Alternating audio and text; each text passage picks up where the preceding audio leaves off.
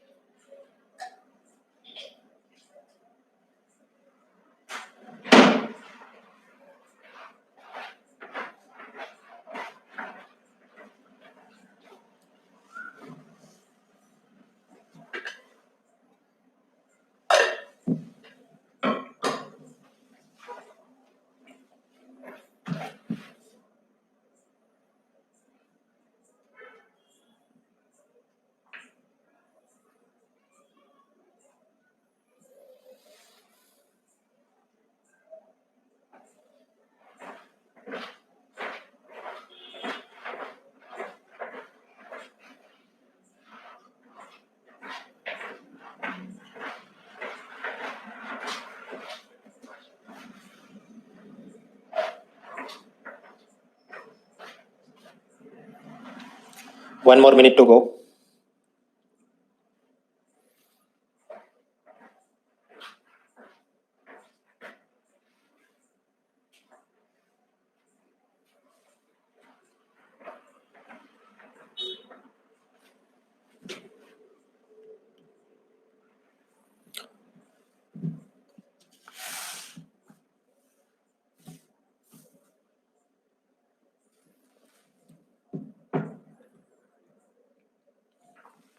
Alright friends, so now it is 9 p.m. in my mobile and we will start this class. My first question is, can you see me? Can you hear me? क्या आप मुझे देख सकते हैं, सुन सकते हैं? The answer is Soumya, Rohit, Mona, Hirmani, Pradeep, Aprajita and others. The answer is yes. We'll start the class. 2% लोगों को लग रहा है कि वो नहीं देख सकते. So I would suggest you अपने ब्राउजर में Ctrl+R, Ctrl+Shift+R प्रेस करिए and hopefully it will reconnect your browser. So we are learning about the pillars of economy के अंदर पहला पिलर, उसके अंदर A1 मनी, बार्टर सिस्टम से लेकर बिटकॉइन कल रात हमने खत्म किया था. उसका कंबाइंड पावर पॉइंट मैंने आपके कोर्स पेज पे अपलोड कर दिया. वहां पर जो अपडेट बटन होता है उसको आप क्लिक करिए तो पीडीएफ फाइल उसकी डाउनलोड कर सकते हैं. लेकिन उसकी कोई प्रिंट आउट निकालने की जरूरत नहीं, but you just download it for future reference. कभी आगे देखने की जरूरत पड़े you can see it. So we are done with A1. अभी हम लोग ए सीरीज मतलब मनी में ही आगे बढ़ते हैं और A2 जहां पर हम लोग पढ़ेंगे आरबीआई की monetary policy, CRR, SLR, repo, वो सब. उसके अंदर भी एकदम बेसिक कंसेप्ट कल रात हमने पढ़े थे. जॉन मेनार्ड कीन्स की लिक्विडिटी प्रेफरेंस थियरी कि पब्लिक अपने हाथ में कैश में पैसा रखना क्यों पसंद करती है. Because of 3 reasons. Transaction motive हो सकता है, प्रिकॉशनरी मोटिव हो सकता है, स्पेक्युलेटिव मोटिव हो सकता है. फिर हमने पढ़ा था various type of bank deposit. उसमें fix deposit, saving account, current account, बैंकों की टाइम लायबिलिटीज, डिमांड लायबिलिटीज हमने देखा था. उसके बाद हम लोग आगे बढ़ते हैं, यानी कि ये लिक्विडिटी प्रेफरेंस थियरी समझ ली थी, डिपॉजिट टाइप समझ ली थी. आज रात हम लोग पढ़ने वाले हैं measures of money supply M0, M1, M2, M3, M4. उसके बाद ये मनी मल्टीप्लायर चीज क्या है, then some miscellaneous concept like what is the velocity of money etcetera. उसके बाद हम लोग बढ़ेंगे आरबीआई की मॉनेटरी पॉलिसी में और वहां पर देखेंगे हम लोग ये सीआरआर, एसएलआर क्या है. So that much we will study for tonight. So measures of money supply मतलब इकोनॉमी में कितना पैसा है उसको अगर हमने मेजर टेप लेके, अगर उसकी लेंथ तो नहीं बट क्वांटिटी अगर हमने मेजर करना हो, there is a formula. Formula कुछ इस तरह से है, the coin and currency with public plus the demand deposits with the banks. Demand deposit मतलब करंट अकाउंट और सेविंग अकाउंट में कितना पैसा है. फिक्स डिपॉजिट, रिकरिंग डिपॉजिट उसको हम नहीं गिनेंगे. So when you do this plus this तो आपको जो जवाब मिले उसे बोला जाता है M1 यानी कि narrow money. It is just like a measurement. इसमें कितनी क्वांटिटी हम लोग फाइंड करते हैं. आपको ऐसी मगजमारी करने की क्या जरूरत है, and that is a valid question. वो इसलिए करनी पड़ती है ताकि आरबीआई गवर्नर को पता चले कि सिस्टम में ऑलरेडी कितना मनी सप्लाई है. उस मनी सप्लाई को अगर मैं इंक्रीज करूं या डिक्रीज करूं तो उसकी मदद से क्या इन्फ्लेशन से लड़ सकते हैं, क्या हम इकोनॉमिक ग्रोथ को आगे बढ़ा सकते हैं, रूपी डॉलर एक्सचेंज रेट में कोई फर्क ला सकते हैं. He will have to do many such mathematical modeling and for that purpose he will require that how much money is there in the system. इसलिए ये फॉर्मूला बस याद रखना है, coin and currency with public plus demand deposit with bank. ये करेंगे तो आपको एक इंडिकेटर मिलता है जिसे बोलते हैं M1 या नैरो मनी. उसके बाद कुछ और भी है M2, M3, M4, बट वो तैयार करना आसान है. Before that let us quickly look at commercial banks. Commercial bank का काम होता है पब्लिक से डिपॉजिट में पैसा लेना, और मेनली वो प्राइवेट बोरोवर मतलब इंडिविजुअल पर्सन को, प्राइवेट सेक्टर की कंपनियों को वो पैसा लोन में देते हैं। स्टेट बैंक ऑफ इंडिया देख लो, आईसीआईसीआई, एक्सिस, एचडीएफसी, ये सब these are examples of commercial banks. उसके सामने एक चीज होती है पोस्ट ऑफिस। इसका प्राइमरी काम है क्या? डाक पहुंचाना। But at the same time post office के अंदर भी आप सेविंग अकाउंट खोल सकते हैं। So they also collect deposit from you, but वो सारा पैसा उनका ऑब्जेक्टिव है कि वो लोन में गवर्नमेंट को देते हैं। So they are not for giving the loans to private personal. So on one side we have commercial bank, on the other side we have post office. उसके अलावा एक पोस्ट ऑफिस पेमेंट बैंक भी है जिसके बारे में आगे पढ़ेंगे, बट उसे हम लोग कमर्शियल बैंक में गिनते हैं। ये जो पोस्ट ऑफिस की बात चल रही है वो जो मेल कलेक्ट करता है और देता है उसकी बात चल रही है। So do not confuse this with India post payment bank which is counted under the commercial banks. खैर, अब दोनों ही जगह पर एक तरफ हमारे पास है कमर्शियल बैंक, वहां भी पब्लिक कुछ डिमांड डिपॉजिट में पैसा डालेगी, मतलब करंट अकाउंट, सेविंग अकाउंट, कुछ पैसा वो लोग डालेंगे टाइम डिपॉजिट में, मतलब fix deposit, recurring deposit. Similarly post office के अंदर भी डिमांड डिपॉजिट में पैसा लोग जमा करेंगे, मतलब सेविंग अकाउंट। वहां करंट अकाउंट नहीं होता है क्योंकि वो बिजनेसमैन को लोन की और वो फैसिलिटी वो देता है नहीं, so they don't have any special type of mechanisms, and there could be time deposits in the post office bank as well. तो ये मतलब उनका इंटरनल डिवीजन हो गया अलग अलग जगह पर। Then what to do? सबसे पहला इंडिकेटर हमने पढ़ा नैरो मनी, M1। M1 का मतलब क्या है? Coin and currency with public, yes, plus demand deposits with the commercial banks, yes. ये दो चीज को काउंट करना है। उसके अलावा वाली चीजें मतलब टाइम डिपॉजिट में कितना, पोस्ट ऑफिस में कितना पैसा डाला, वो सब नहीं देखना। Only this two indicators, this plus two करेंगे तो आपको मिलेगा M1। और यहाँ पर आप जब बोलते हैं कि डिमांड डिपॉजिट, तो वो नेट डिमांड डिपॉजिट ऐसी बात चलती है, मतलब पब्लिक ने जो पैसा डिपॉजिट में बैंक में जमा किया है। सपोज कोई एक कमर्शियल बैंक ने दूसरे कमर्शियल बैंक में पैसा डिपॉजिट किया हो तो ऐसा इंटर बैंक डिपॉजिट काउंट नहीं किया जाता। Now again the same question, why it is like this? Well this is given in NCERT and we have to prepare it. हाँ, ऐसा क्यों करेंगे और उससे कितना हमको एक्यूरेट काउंट मिलता है या डबल काउंटिंग से बच सकते हैं, उसकी 10 स्लाइड और पढ़ा के भी एग्जांपल फिगर डाल के मैं समझा सकता हूं, बट उसका कोई उपयोग नहीं है। Rarely they will ask this question in prelims. उसके लिए बस इतना याद करना है, तो बस याद कर लो that if you want to pass the exam, simply you remember this much. So we are done. Narrow money equals what? Coin currency with public plus demand deposit with commercial banks. इसकी liquidity क्या होगी? Liquidity मतलब how quickly you convert this assets into cash. तो मैंने इसे 4 star दिया, मतलब highly liquid, तुरंत आप अपना पैसा निकाल सकते हैं। क्वांटिटी के हिसाब से मैंने इसको 1 स्टार दिया क्योंकि इसमें हम लोगों ने बहुत सारी चीजों को इग्नोर किया है, so size wise it will be small. Next is M2। M2 के लिए क्या करना है? इट इज सिंपली M1 में जो है वही टिक मार्क, मतलब coin and currency with public plus demand deposit with bank plus demand deposit with the post office. ये तीन चीजों को आप प्लस प्लस करिए, जो जवाब मिले उसको बोला जाता है M2। M2 के केस में क्वांटिटी क्या होगी? थोड़ी ज्यादा होगी। सपोज हर एक जगह पर 10 रुपए हमने डाले होते तो M1 का जवाब क्या आता? Only this much, 20 rupees. But M2 का जवाब क्या आएगा? 20 प्लस 10 मतलब 30 रुपीज। तो हाँ, उसकी क्वांटिटी पहले को अगर M1 को 1 स्टार था, मैंने इसको दे दिया 2 स्टार्स। सो क्वांटिटी के हिसाब से ज्यादा होगा। What about liquidity? तरलता के हिसाब से थोड़ा कम तरल है, because how quickly you can convert these assets into cash, slightly difficult, क्योंकि ये जो पोस्ट ऑफिस में आपने जो सेविंग्स अकाउंट में पैसा डाला होगा, it is not easy to withdraw it unlike the bank accounts. वो एटीएम में और ब्रांच में जाके यूपीआई, भीम, नेफ्ट, आरटीजीएस, वो सब सारे खेल जो करने होते हैं, it is difficult to do. अगर ट्रेडिशनल बैंक होगा अपना आईसीआईसीआई, एक्सिस या कुछ, तो उसका एटीएम मशीन में भी आप डाल के कैश निकाल सकते हैं। पोस्ट ऑफिस के अपने नहीं होते हैं। And do not confuse the India post payment bank, उसको तो हम लोग कमर्शियल बैंक में गिनते हैं। Anyway, so yes, liquidity of the M2 is slightly less than M1.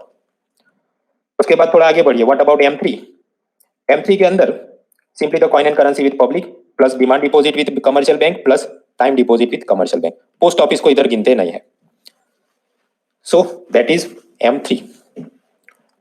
Economic analysis के लिए ज्यादातर आरबीआई और सब इकोनॉमिस्ट M3 में कितना पैसा है उसको वो काउंट करते हैं, और इसलिए उसको एग्रीगेट मॉनेटरी रिसोर्सेज या the main indicator of the money supply माना जाता है। साइज के हिसाब से क्या होगा? हमने आगे भी पढ़ा था। सपोज पब्लिक के पास कॉइन करेंसी में 10 रुपए है, टाइम डिपॉजिट में 10 रुपए, डिमांड डिपॉजिट में सपोज 10 रुपए। In the time deposits, usually time deposit में हमने पढ़ा था कि interest rate is slightly higher. तो ये होता है कि सपोज वहां पर 30 रुपए रखेंगे या 40, मतलब सेविंग अकाउंट से ज्यादा फिक्स डिपॉजिट में लोग पैसा रखते हैं। देन अगेन पोस्ट ऑफिस के सेविंग में सपोज 10 रखा है, उसकी टाइम डिपॉजिट में हो सकता है 30। यूजुअली डिमांड से टाइम डिपॉजिट में पैसा डालते हैं ज्यादा, because the interest rate is attractive. So as a result you can now think that okay, ये साइज के हिसाब से this will look much bigger than M1 and M2, क्योंकि इसका जवाब उन सबसे ज्यादा आएगा। सो देयरफॉर M3 क्वांटिटी के हिसाब से it is even bigger than M2।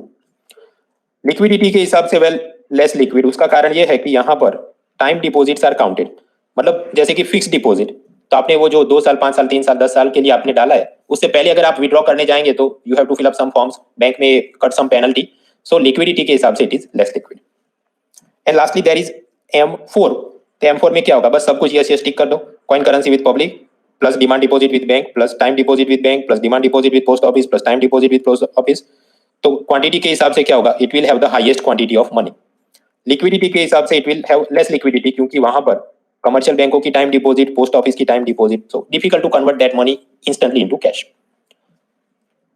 तो if in the exam this thing is asked, इसमें से क्वेश्चन कैसे बन सकते हैं, सपोज ऐसा पूछा जाए M3 और M1 का डिफरेंस क्या होगा, या फिर कि M4 माइनस M3 करेंगे तो हमें क्या मिलेगा, this type of simple question they में आस्क यू, या फिर कि इसके कंपोनेंट में ये वाली चीज होती है कि नहीं, something like that. So peacefully what you have to do is, suppose ये प्रश्न प्रीलिम में पूछा जाए तो आप अपने क्वेश्चन पेपर के लास्ट पेज पर ये वाला टेबल बना दो, और फिर उसमें ये जो सीक्वेंस वाइज हमने यस यस टिक किया है उस पैटर्न को आप याद करके धीरे धीरे सब फिलअप करिए, और फिर जो भी पूछा गया है उसका रिवर्स मैथमेटिक, रिवर्स इंजीनियरिंग करके जवाब बना दो। So here I will give you 3 minutes should be more than sufficient for this। आपके हैंडआउट पेज 2 पर, सॉरी हैंडआउट पेज 2 नहीं, पेज 21 पर ये टेबल मैंने दिया है, उसमें आपने जहां जहां ब्लैंक स्पेस है वहां पर ये टिक मार्क डाल देने, और एक जगह इधर ब्रॉड मनी ऐसा लिखना है, right this as well. So I am giving you 3 minutes, please fill you fill up this thing, और रैंडमली इधर उधर टिक मार्क मत करो, जो कॉलम में जैसे जैसे जा रहे पहले M1 का करो, फिर M2 के रॉ का करो, फिर M3 के रॉ का करो, like that you do, so you will know how it was prepared.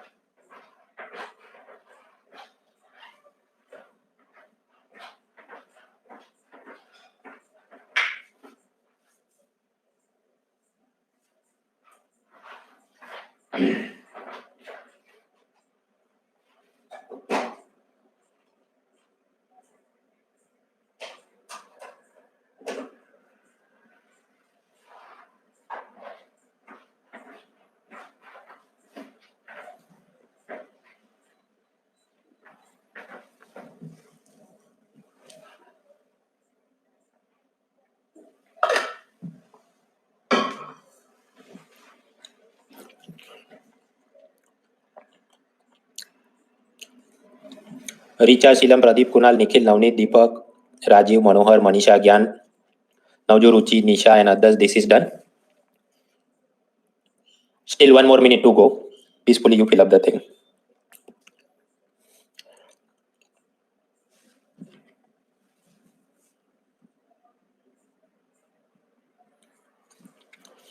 So M1 and M2 they are called narrow money. M3 और M4 को बोला जाता है broad money. ऐसा क्यों कहा जाता है? Well, that is given in the NCERT that these are like this, these are like this, so we have to accept. Size के हिसाब से आप समझ सकते हैं, these are narrow money. Size के हिसाब से ही समझ सकते हैं, ज़्यादा broad money.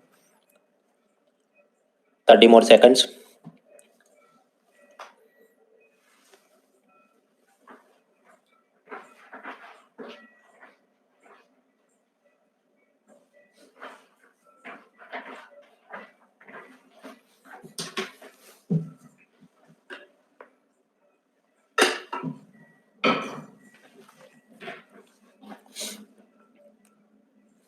Alright, so this is done. मित्रों, आज अभी आपने इसको देखा है। Now next time when you have to see before the Wednesday quiz, एक बार फिर से रिवीजन करना है, और फिर डायरेक्टली प्रीलिम का जब 1 वीक बाकी हो तब इसको देखना है। पूरी जिंदगी इसको पकड़ के बैठ नहीं रहना, right. So try to do revision in such manner कि नेक्स्ट वीक में खत्म हो गया, फिर सीधा प्रीलिम के 1 वीक पहले। क्वेश्चन कैसे निकल सकते हैं? The difference between M3 minus M1 will provide us which of the following figure. तब देखिए M3 में क्या है, ये 3 ग्रीन सर्कल हैं, M1 में क्या है, ये 2, मतलब M3 माइनस M1 करेंगे तो क्या नहीं आएगा, टाइम डिपॉजिट, राइट। फॉर्मूला से भी कर सकते हैं, ultimate public time deposit with the bank, या आप ऐसा भी बोल सकते हैं कि M3 it equals M1 plus time deposits with the banks, right. तो therefore M3 minus M1 will equal time deposits. तो एग्जाम में बस ऐसे ही चार्ट बनाकर आपने पीछे गिनती कर देनी। नेक्स्ट टॉपिक इज M0, जिसे reserve money, high powered money या गवर्नमेंट मनी भी कहा जाता है, बट उसको समझने से पहले we have to learn some basic concepts. Government बहुत सारे स्कीम्स चलाती है, उसके लिए उसको ढेर सारा पैसा चाहिए। सामने गवर्नमेंट आपसे टैक्स भी लेती है, but that amount will never be sufficient to cover the cost of the schemes. इसलिए गवर्नमेंट ने हमेशा पैसा बोरो करना पड़ता है, because their expenditure is more than their income. So to borrow the money, government will issue some securities. Security का मतलब है प्रतिभूति, सुरक्षा नहीं, सिक्योरिटी ये मतलब फाइनेंशियल टर्म के रूप में। इट मीन्स एक प्रकार का सर्टिफिकेट है या डॉक्यूमेंट है। अगर आपके पास ये डॉक्यूमेंट है तो कोई पार्टी किसी दिन आपको कुछ पैसा देगी। It is a document indicating that a holder is eligible to receive a certain sum of money at a particular time. So suppose government wants to borrow money from you for 1 year or higher period. एक साल या उससे ज्यादा मियादी के लिए पैसा borrow करना है तो भी ऐसे इंस्ट्रूमेंट इश्यू करेंगे और नाम उसका रखते हैं गवर्नमेंट सिक्योरिटी, शॉर्ट में लिखते हैं जीसैक। सपोज लेस देन 1 ईयर के लिए उनको पैसा बोरो करना है तो फिर जो इंस्ट्रूमेंट इश्यू करेंगे उसको बोला जाता है ट्रेजरी बिल्स या T bill. So G sec, T bill, these are the instrument they will use. और फिर सपोज ऐसे 100 करोड़ के उन्होंने गवर्नमेंट सिक्योरिटी इशू किए जिसमें उन्होंने प्रॉमिस किया कि जो भी ये खरीदेगा तो सामने वो पार्टी उसको 100 करोड़ गवर्नमेंट को देगी and government will return that money with suppose 8% interest rate after 1 year. तो अगर आप 100 करोड़ इन्वेस्ट कर रहे हैं आपको 108 वापस मिलेंगे। अब ये वाले इंस्ट्रूमेंट इसको सबसे पहले सेल करना होगा। सेल करने का काम होता है आरबीआई का, because under the RBI act RBI को डेजिग्नेट किया गया है, it will act as the public debt manager. Public मतलब यहाँ पर सरकार का जो ऋण है उसका मैनेजमेंट का संचालन का काम आरबीआई देखेगी। तो आरबीआई अपने ई कुबेर नाम के ऑनलाइन प्लेटफॉर्म या कोर बैंकिंग सोल्यूशन प्लेटफॉर्म से इसका सेलिंग शुरू करेगी।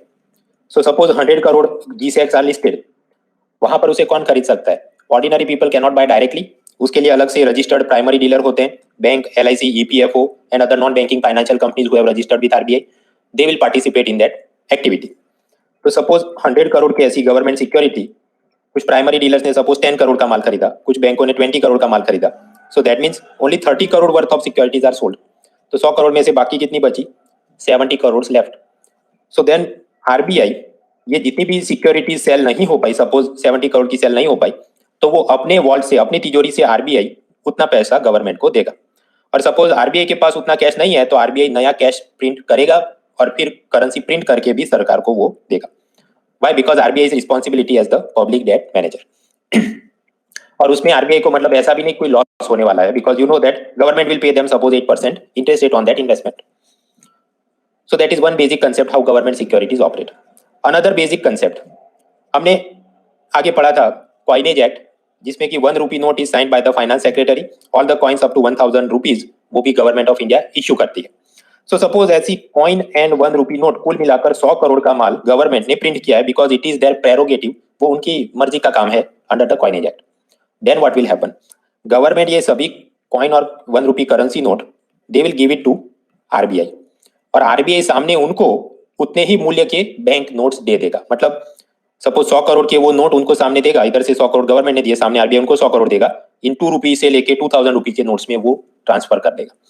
और ऐसा करके आरबीआई के पास वो सभी कॉइन आ जाएंगे, 1 रूपी के नोट आ जाएंगे, and then RBI will circulate them as the agent of government. वो आईसीआईसीआई, एक्सिस, एचडीएफसी जिसको जितना चाहिए बाय एज लोन्स, और ऐसा भी हो सकता है एक्सिस क्या एचडीएफसी में किसी ने सैलरी का 2000 का नोट रखा है और फिर वो बोलते हैं हमको ये कॉइन देने हैं, so then they can exchange, they will manage accordingly. So this is another basic concept that government अपने 1 रूपी के नोट और कॉइन्स खुद से सर्कुलेट नहीं करेगी, वो सारा पैसा आरबीआई को दे देगी, और आरबीआई मुफ्त में नहीं लेगा, उनको सामने उतने वैल्यूएशन के दूसरे करेंसी नोट्स दे देगा। So that is another basic concept. Now third basic concept, suppose economy के अंदर ऐसा एक इक्विलिब्रियम है कि 1 kilogram of mangoes are selling for 100 rupees. बाजार में मैंगो का इतना सप्लाई है और बाजार में मनी का इतना सप्लाई है।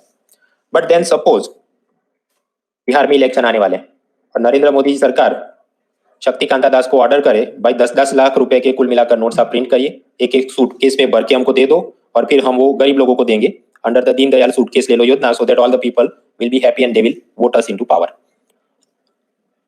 अगर ऐसा किया then what will happen? Then this third tax box वो पढ़िए। अगर अचानक से बहुत सारे करेंसी नोट छाप दिए जाएंगे, राइट, तो बाजार में मैंगो तो 1 किलोग्राम ही उपलब्ध है, बट सामने now there are more currency notes, so then what will happen? The equilibrium will shift that 1 kilogram of mango will sell for 500 rupees. क्योंकि जितने गरीब लोगों को ये सूटकेस भर भर के पैसा दिया है वो लोग जाके मैंगो खरीदना है, मैंगो खरीदना है, डिमांड इंक्रीज हो जाएगा, बाजार में मैंगो का सप्लाई इंक्रीज तुरंत तो नहीं होगा, so therefore problem of inflation will come, महंगाई दर बढ़ सकता है। So then what to do? ऐसा नहीं हो इसलिए read the text box number 4। ये शक्तिकांता दास बोल रहे हैं, सॉरी सर, आरबीआई एक्ट के अंदर कुछ लिमिटेशंस है कि मैं कितने नोट प्रिंट कर सकता हूँ, ऐसे हवा में आप बोले और मैं नोट प्रिंट नहीं कर सकता। आरबीआई एक्ट में कुछ प्रोविजंस है। आरबीआई एक्ट में बोला है कि there will be RBI issue department. RBI के अंदर अलग अलग बहुत सारे डजन से ज्यादा डिपार्टमेंट है। कुछ बैंकिंग सुपरविजन देखते हैं, कुछ कोऑपरेटिव बैंक का काम देखते हैं, कुछ करेंसी इशू का काम देखते हैं वगैरह। So among them there is a department called issue department.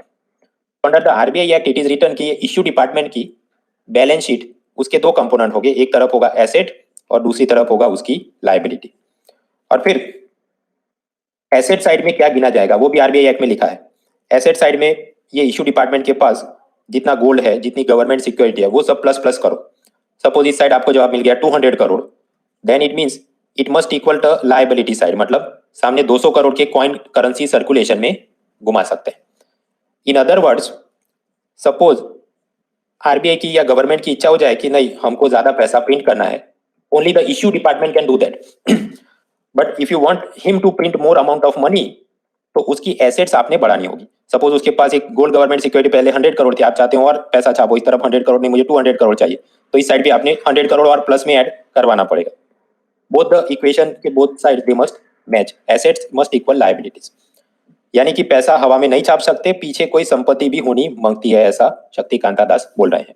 So coin and currency in circulation हवा में नहीं छाप सकते, सामने इनके पास कुछ एसेट्स होनी चाहिए। सो that is another fourth concept. इसको जरा और रिफाइन करके देखें कि आरबीआई का इश्यू डिपार्टमेंट उसकी एसेट साइड मतलब वहां पर क्या है। आरबीआई में लिखा है उतनी चीजें। RBI act says that the assets of this issue department will include 1 gold worth minimum 200 crore, gold coin, सोने के सिक्के 200 करोड़ के मूल्य के होने चाहिए वजन के हिसाब से।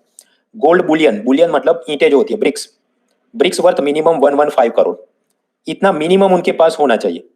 प्री रिक्विजिट ये ऐसा है कि विंडोज 10 चलाना है तो 256 MB का रैम होना चाहिए, इतना सीपीयू का पावर होना चाहिए, minimum this much required, one condition. Second, in addition assets of the issue department will include foreign securities, but वहां पर कोई ऐसा मिनिमम सिस्टम रिक्वायरमेंट नहीं कि इतना कम से कम करोड़ का होना चाहिए, what ever you have you keep it. Indian government की सिक्योरिटीज, मतलब जैसे भारत देश की अपनी गवर्नमेंट सिक्योरिटी है, हो सकता है आरबीआई के पास कुछ पैसा है, उन्होंने यूएस गवर्नमेंट की सिक्योरिटीज खरीदी हो, जापान या चाइना की खरीदी हो, तो वो भी इधर रख सकते हैं, foreign securities as well as Indian government securities. This plus 1 rupee note and all the rupee coins जो आरबीआई ने एक्वायर किए थे, याद करो 2 स्लाइड पहले देखा, गवर्नमेंट ने उनको कॉइन करेंसी दिए थे, आरबीआई ने बैंक नोट देकर वो एक्वायर किए थे। तो सपोज ये सबका प्लस प्लस करके एसेट साइड पर हमें जवाब मिलता है 23 lakh crore rupees are the assets of the issue department, then that means उतने मूल्य के बाजार में कॉइन्स एंड करेंसी सर्कुलेशन में होंगे या उन्होंने करने होंगे। सपोज गोल्ड उनके पास इतना है, तो ये एक्ट बोलता है हाँ तो फिर इतना तुम आगे नोट छाप के coin and currency in circulation 23 lakh crore rupee worth के आप घुमाओ। आपको कॉइन तो आरबीआई ने खुद नहीं प्रोड्यूस करने हैं, they have to acquire it from government and then they have to circulate.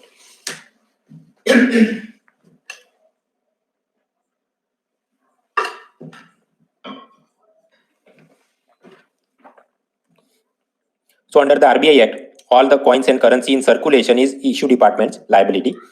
It must be matched by the assets. और ऐसा करके आपको जितना पैसा सर्कुलेशन में घूमता दिखता है, the money thus generated, it is called M0 और रिजर्व मनी और हाई पावर्ड मनी। कुछ प्रश्न, सपोज गवर्नमेंट की इच्छा हो कि हमें ये एक नई योजना करनी है, नाम रखते हैं पीएम किसान योजना, जिसमें हर एक फार्मर को 6,000 रुपीज पर ईयर हमको देना है, और हमें ढेर सारे नोट छाप के दे दो आरबीआई भैया शक्तिकांता दास। वेल इफ दे वांट तो हाँ वो शक्तिकांता दास को बोल सकते हैं, बट शक्तिकांता बोलेगा ओके तो सामने मुझे एसेट साइड में प्लस प्लस करवा दो कोई चीजें, तो दैट मीन्स गवर्नमेंट ने उसको गवर्नमेंट सिक्योरिटी लाकर उसने देनी होगी और उस पर उन्होंने इंटरेस्ट भी पे करना होगा, सब 6% 8%, तभी शक्तिकांता दास नए नोट्स छाप कर इनको दे सकता है।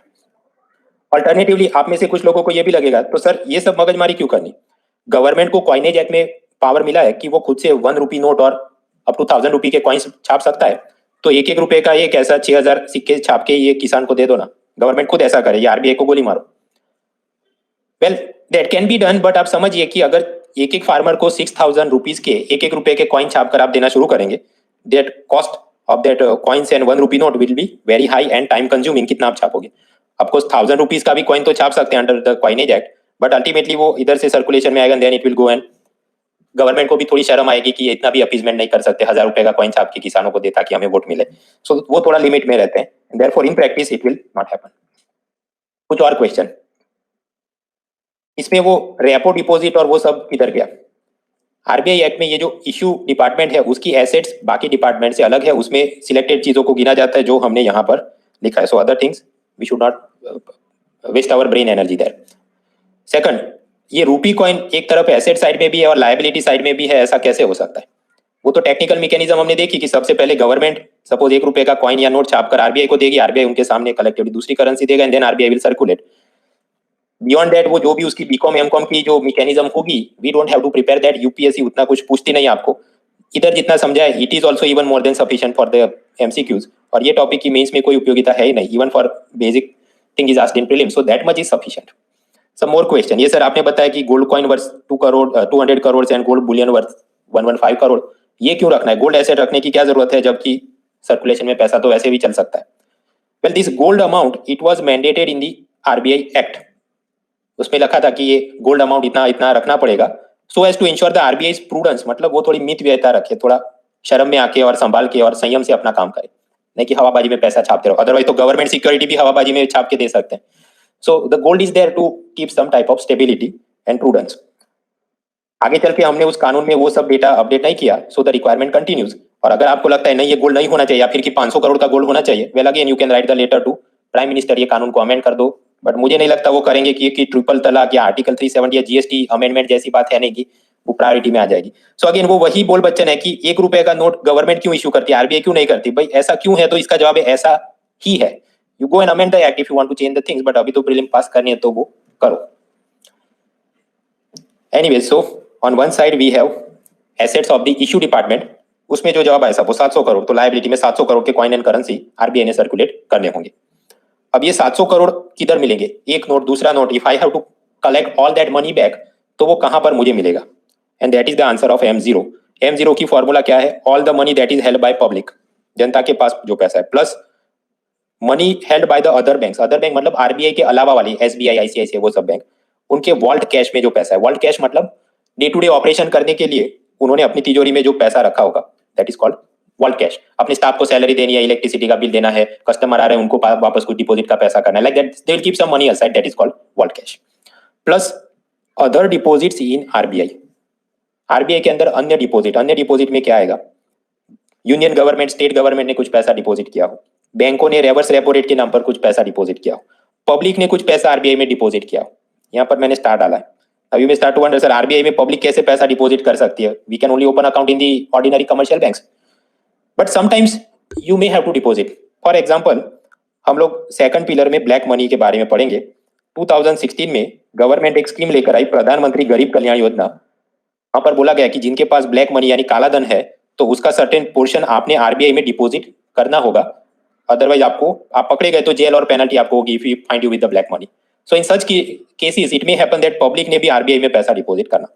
Anyways, so the answer of all this plus plus plus will be what? M0. वापस इसको फॉर्मूला के रूप में देखिए, measures of money supply. M0 क्या है? Money that is held by public plus money that is held by other banks in the vault cash plus other deposits with RBI. और इन तीनों का आप इक्वल करेंगे तो जो जवाब मिले उसको बोलते हैं M0, या रिजर्व मनी, या हाई पावर्ड मनी, या गवर्नमेंट मनी. अगेन इसको क्यों, why should we calculate this? So that RBI governor will know how much money supply is there in the system, और उसमें इंक्रीज डिक्रीज करने पर क्या इन्फ्लेशन, इकोनॉमिक ग्रोथ पर क्या असर हो सकती है. Now the next topic is money multiplier. Money multiplier समझने के लिए सपोज आरबीआई ने M0 के नाम पर 100 रुपये का एक नोट छापा है. So only one note of 100 rupees there in the system, तो M0 क्या होगा? 100. और सपोज वो पूरा 100 रुपीज उन्होंने गवर्नमेंट को दे दिया, और गवर्नमेंट ने वो 100 रुपीज कोई वेलफेयर स्कीम, कोई गवर्नमेंट एम्प्लॉय की सैलरी या उसके बच्चों की स्कॉलरशिप के लिए उस आदमी को दे दिया. So now the money of 100 rupee note has gone with the public. Now what will happen? Suppose ये 100 रुपी का नोट एक ऐसे आदमी के पास जाता है who does not have any trust in the banking system. हम हमारा पैसा बैंक में क्यों रखेंगे? हम नहीं रखेंगे. कुछ ऐसे बुजुर्ग होते हैं अपना पैसा अपने पास ही रखते हैं. So in that case what will happen? The coin and currency with public equals 100 rupees. Plus बैंकों के अंदर तो वो पैसा रखता ही नहीं, तो 0. Demand deposit in the banks, current account, saving account में क्या? 0. तो आपको जवाब मिलेगा, उसे क्या कहेंगे? Coin currency with public plus demand deposit with bank. जवाब आता है M1, that is narrow money 100 rupees. So that is how this M0 will become M1 afterwards. और ये सब एनालिसिस करके ये दोनों आंकड़े अगर इसको मिलेंगे शक्तिकांता दास को, then he can know okay बैंकों में इतना पैसा जा रहा है, like that the entire economy is growing और I can do more like this. Now suppose second scenario, ये 100 रुपी का एक नोट किसी पब्लिक के पास गया, but suppose he is a more reasonable and rational, समझदार आदमी है, तो वो 100 रुपए में से सपोज 10 रुपीज अपने हाथ में रखेगा और बाकी के 90 रुपीज बैंकों में डिपॉजिट कर देगा. थोड़ा पैसा अपने पास क्यों रखेगा, याद करो वो जॉन उसकी liquidity preference theory of this John Bernard Keynes. Always some कुछ पैसा तो हमेशा लोग अपने हाथ में रखना पसंद करते हैं. खैर, तो ये 100 रुपीज को ऐसे डिवाइड किया उसने, 10 रुपीज हाथ में, थोड़ा पैसा डिमांड डिपॉजिट के नाम पर 20 रुपीज डाले, और टाइम डिपॉजिट यानी सपोज फिक्स डिपॉजिट के नाम पर 70 रुपीज उसने बैंक में जमा की. ये इधर 70 रुपीज क्यों डाले और इधर 20 क्यों? क्योंकि कल रात हमने पढ़ा था ये saving account may be you will get some 3 to 4% interest. Fix deposit उसमें आपको हो सकता है सम 6 to 7% इंटरेस्ट मिले, तो जहां पर ज्यादा मिलेगा उधर ही आप ज्यादा पैसा डालेंगे. तो फिर 20 रुपी भी सेविंग अकाउंट में क्यों डाला, इधर क्यों नहीं डाल दिया? बिकॉज उसको आप तुरंत विड्रॉ कर सकते हैं. फिक्स डिपॉजिट में देयर आर सम लिमिटेशंस कि आप इतने टाइम से पहले विड्रॉ नहीं करे वगैरह. Anyway, so the point is he deposited some money. In this case, what will happen? M1 equal coin and suppose now the scene is like this. 100 rupees को divide ऐसे किया. Coin currency with public 10 rupees, demand deposit in the bank 20 rupees, time deposit in the bank 70 rupees. तो M1 का जवाब क्या आता है? Coin currency with public plus demand deposit with bank equals कितना? 10 plus 20 यानी 30 रुपी M1 जवाब आएगा. M3 का जवाब क्या आएगा? M3 था coin and currency with public मतलब 10 rupees plus demand deposit with bank plus time deposit with the bank. यानी 10 plus 20 plus 70 यानी 100 rupees will be M3. But in reality M3 का जवाब 100 रुपीज से ज्यादा आएगा. और वो क्यों आएगा, नेक्स्ट स्लाइड में देखते हैं. क्योंकि बैंकों के पास suppose banks have got 90 rupee in the deposit side या लायबिलिटी साइड, तो वो पैसा वो लोन में अल्टीमेटली उसको सर्कुलेट करेगा. So loans are the assets of the bank, हमने पढ़ा था. तो 90 रुपी अगर लायबिलिटी है और वो पैसा वो 90 रुपी लोन में घुमाएगा, and suppose he is giving to the businessman, और वो बिजनेसमैन अपने ऑफिस में ये रिलायंस जियो का इंटरनेट और ब्रॉडबैंड कनेक्शन लेने के लिए suppose he is taking a loan of 90 rupees, और फिर वो बिजनेसमैन वो पैसा 90 रुपीज मुकेश अंबानी को देता है. Then what will happen, Mukesh Ambani को 90 रुपीज मिले, वो अपने बैंक अकाउंट में उसको डिपॉजिट करेगा. मोस्ट प्रोबेबली वो करंट अकाउंट में पैसा डिपॉजिट करेगा, मतलब डिमांड डिपॉजिट. और सपोज उसका अकाउंट है एक्सिस बैंक में, तो एक्सिस बैंक के पॉइंट ऑफ व्यू से उसकी लायबिलिटी हो गई 90 रुपीज. और फिर वो 90 रुपीज एक्सिस बैंक अगर उसे मिले डिपॉजिट में, तो वो लोन में किसी को 90 रुपीज देगा, and then he will give it to third party, उधर से तीसरी चौथी बैंक, ऐसे ये चलता जाएगा. मतलब zigzag zigzag zigzag it will continue to grow. अब यहाँ पर हम लोग मनी सप्लाई को काउंट करते हैं. M0 कितना है? Only one note of 100 rupees. और सामने M1 कितना है? M1 equals coin and currency with public. Coin and currency with public कितनी थी? 10 रुपी इन हैंड ये आदमी के पास, plus demand deposit in the banks. Demand deposit में क्या है? स्टेट बैंक ऑफ इंडिया में 20 रुपीज, एक्सिस बैंक के अंदर 90 रुपीज. सो 20 प्लस 90 इक्वल 120 रुपीज टोटल हो गया. देखिए 10 plus 20 30 plus 90 120 is M1. M3 क्या होगा? अभी थोड़ी स्लाइड पहले हमने देखा था कि M3 equals what? M1 plus time deposit with the banks. तो M1 का जवाब तो हमें मिल गया 120. Time deposit with the bank कितना है? स्टेट बैंक ऑफ इंडिया के अंदर 70 रुपीज, एक्सिस बैंक के अंदर 0 रुपीज. तो 120 प्लस 70 जवाब क्या आएगा? 190. ये तो मतलब कमाल हो गया. देयर इज अ कहावत, धोती फाड़ के रुमाल हो गया. यहाँ पर उल्टा है कि आपके पास रुमाल है और उसमें से अचानक से धोती बन गई. How is that possible? सिर्फ 100 रुपए का तो एक ही नोट था और इधर तो मतलब 120 रुपीज 190 रुपीज, ये तो कैसे हो सकता है?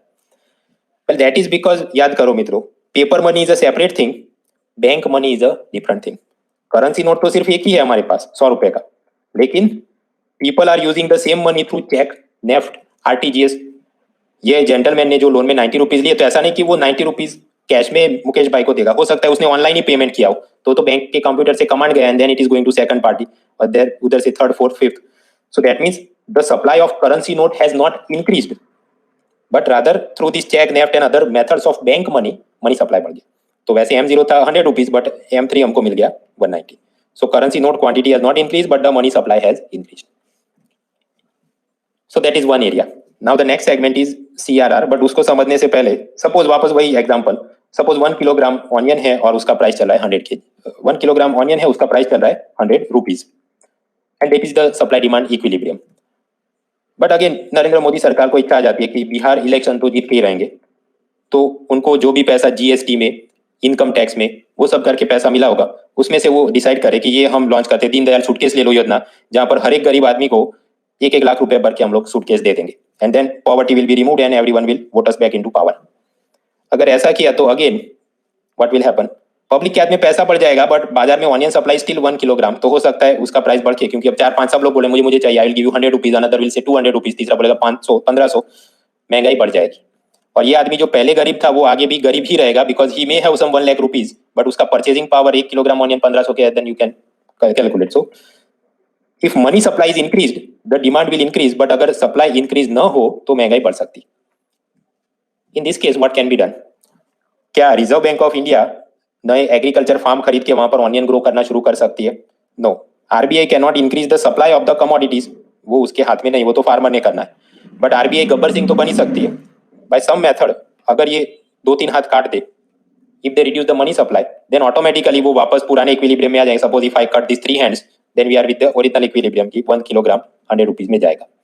सो इट कैन बी अकम्प्लिश्ड। और उसका एक तरीका हो सकता है कैश रिजर्व रेशियो यानी सीआरआर। सीआरआर मतलब cash reserve ratio. Suppose RBI using the powers of the RBI act अगर ऐसा अनाउंस करे, बैंकों को जितना भी ये डिमांड और टाइम लायबिलिटी या बोलिए कि डिपॉजिट में पैसा मिल रहा है, उसका 10% उन्होंने सीआरआर में रखना होगा। दैट मीन्स वो किसी को लोन में नहीं दे पाएंगे, they have to just set it aside.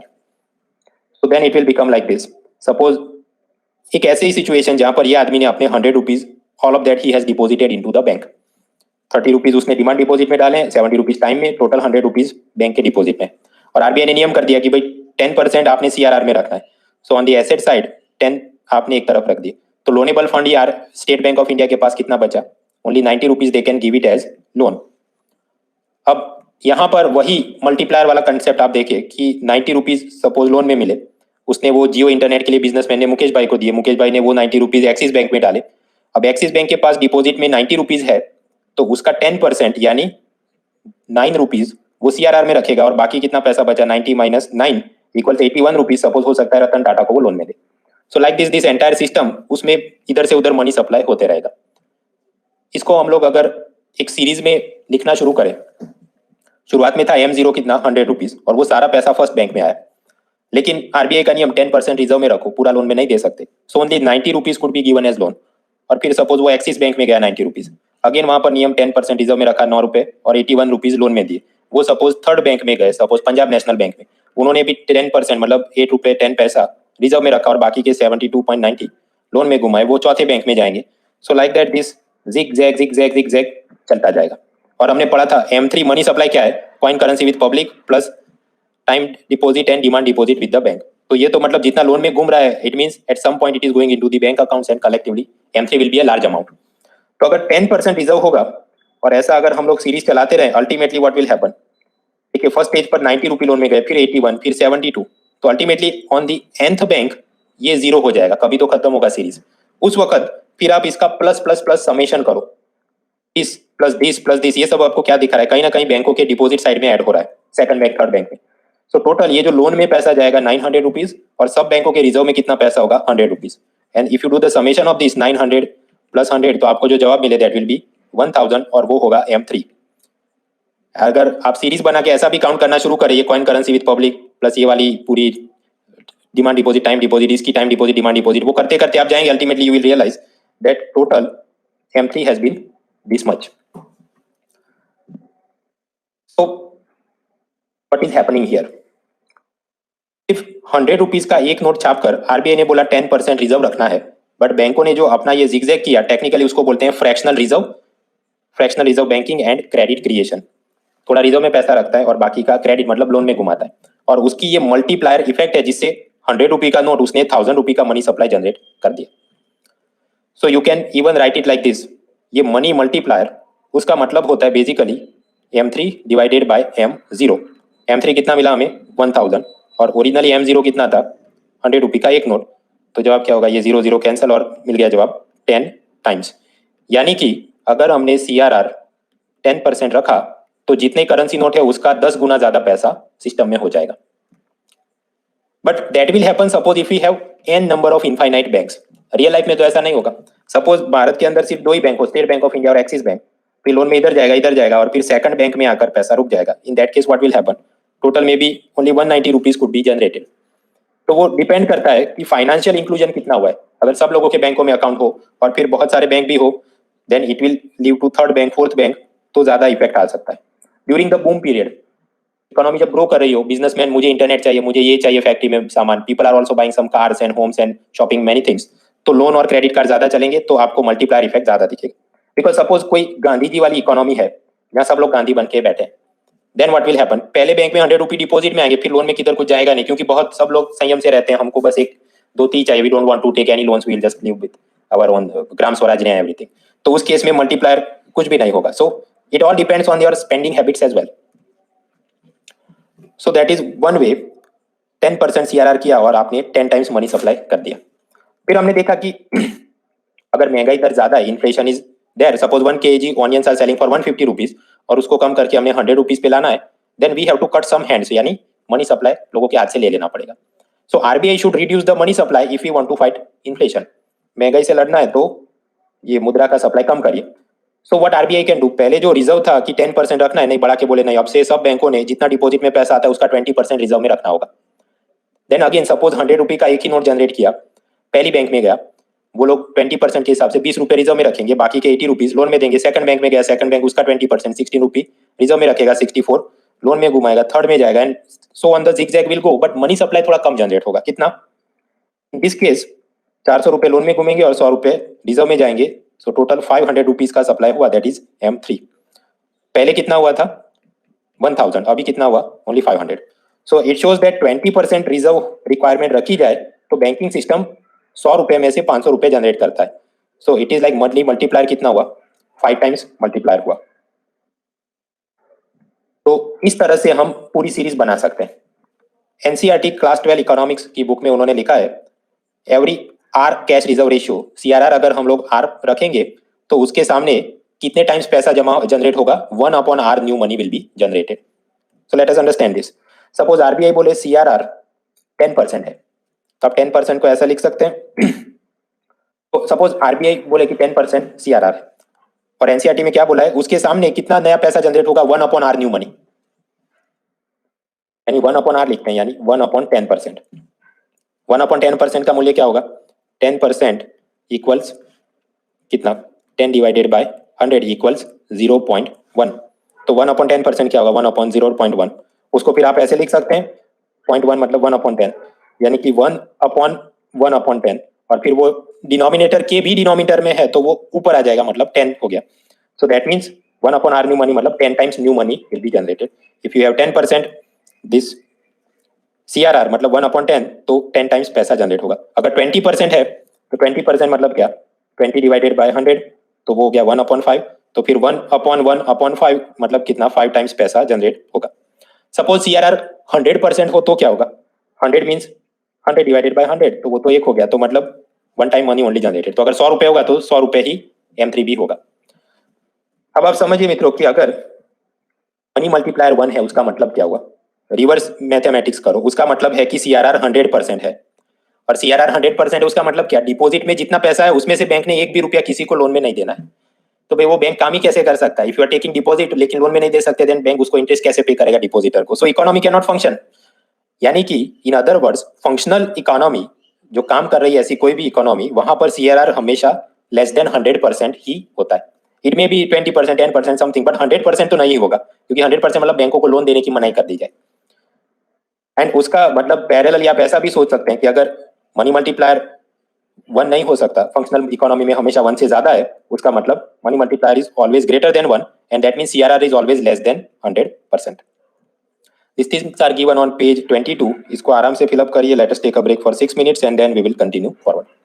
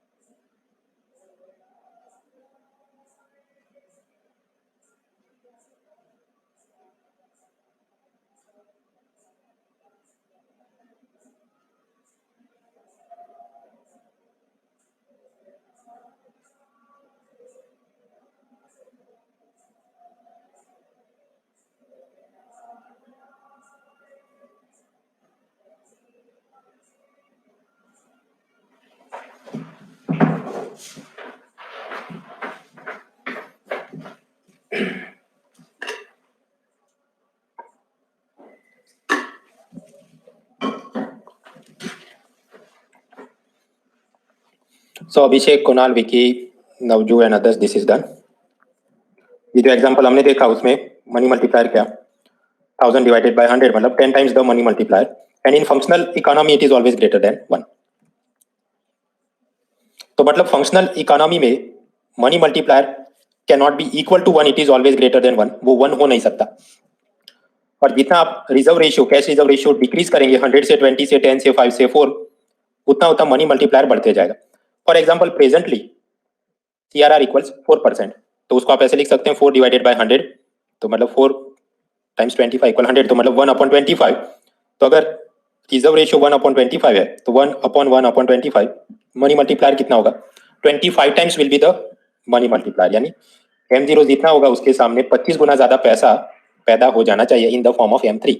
तो क्या रियल लाइफ में ऐसा हो रहा है? Is the money multiplier 25 times? Let us check. ये डेटा मेरे पास 2018 का है। उस वक्त M0 या रिजर्व मनी या high power money it was 23,000 billion rupees plus something. M0 की फॉर्मूला हमने आगे देखी, coin and currency in circulation plus deposit with RBI वगैरह वगैरह। उसके सामने M1 क्या होगा वो फिगर इंपॉर्टेंट नहीं है, currency with public plus demand deposit with bank. उसके अंदर फिर आप टाइम डिपॉजिट ऐड करेंगे तो आपको मिलेगा M3। इन मनी मल्टीप्लायर हम लोग सिर्फ M0 और M3 को फॉलो करते हैं। तो M3 कुल है 1,36,000 बिलियन रुपीज। तो money multiplier in this case क्या होगा M3 डिवाइडेड बाय M0, तो ये 1.36 lakh billion divided by 23,000 something billion, जवाब आता है 5.84, मतलब अराउंड 6 के करीब। सो CRR अगर 4% है तो इन थियरी तो मनी मल्टीप्लायर 25 टाइम्स होना चाहिए, बट ये तो उससे बहुत ही कम है, हार्डली 6 टाइम्स। ऐसा क्यों? Because it depends on many factors. क्या सभी आदमियों के बैंक अकाउंट है? क्या जितना पैसा M0 में जनरेट हुआ वो सभी का सीधा बैंक में चला जाता है? नहीं। जितना ज्यादा पैसा बैंकों में जाएगा उतना ज्यादा इम्पैक्ट ज्यादा दिखा सकता है। So financial inclusion is one angle. Second, is everyone keeping all the money in the banks? The answer is no. कुछ ब्लैक मनी में, कैश में, गोल्ड में अपने पास रखेंगे और रिफ्लेक्ट नहीं होने देंगे। क्या हर एक पैसा जो लोन में आ गया तुरंत ही नेक्स्ट पार्टी को चला जाएगा up to the nth bank या लास्ट बैंक? इतने तो इनफाइनाइट नंबर ऑफ बैंक हमारे पास है भी नहीं।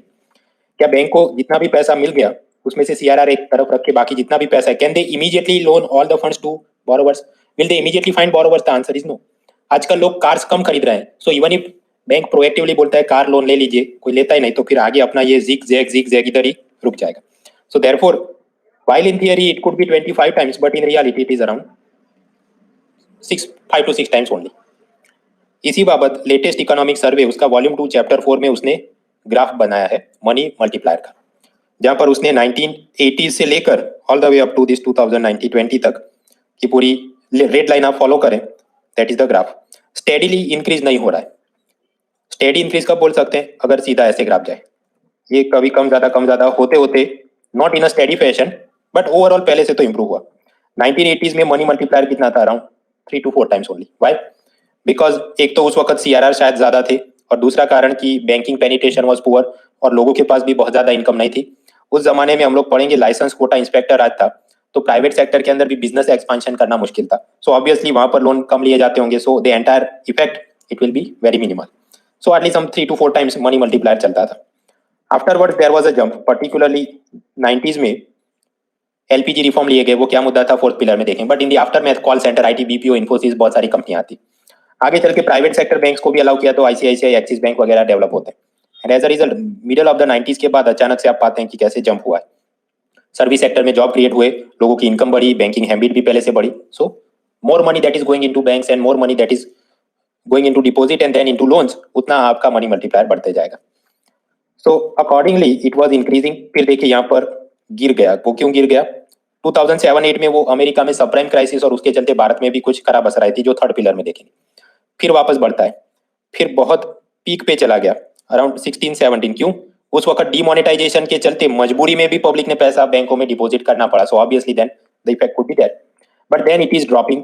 देखिए वो पीक से अब तो गिर रहा है, because presently we are suffering slow down in the economy. उसके कारण फोर्थ पिलर में देखेंगे, but people are buying less number of homes, less number of cars. तो रिटेल लोन में पहले जितना पैसा घूमता था, loaning activity has declined. Business expansion भी पहले से कम हो रहा है, तो बिजनेस लोन भी कम जा रहे हैं। सो एज अ रिजल्ट वो एक बैंक से दूसरे बैंक जितना जाता था पहले, now it is not. Suppose वो सेकंड या थर्ड बैंक में ही रुक जाता है। So therefore there has been a fall in the money multiplier.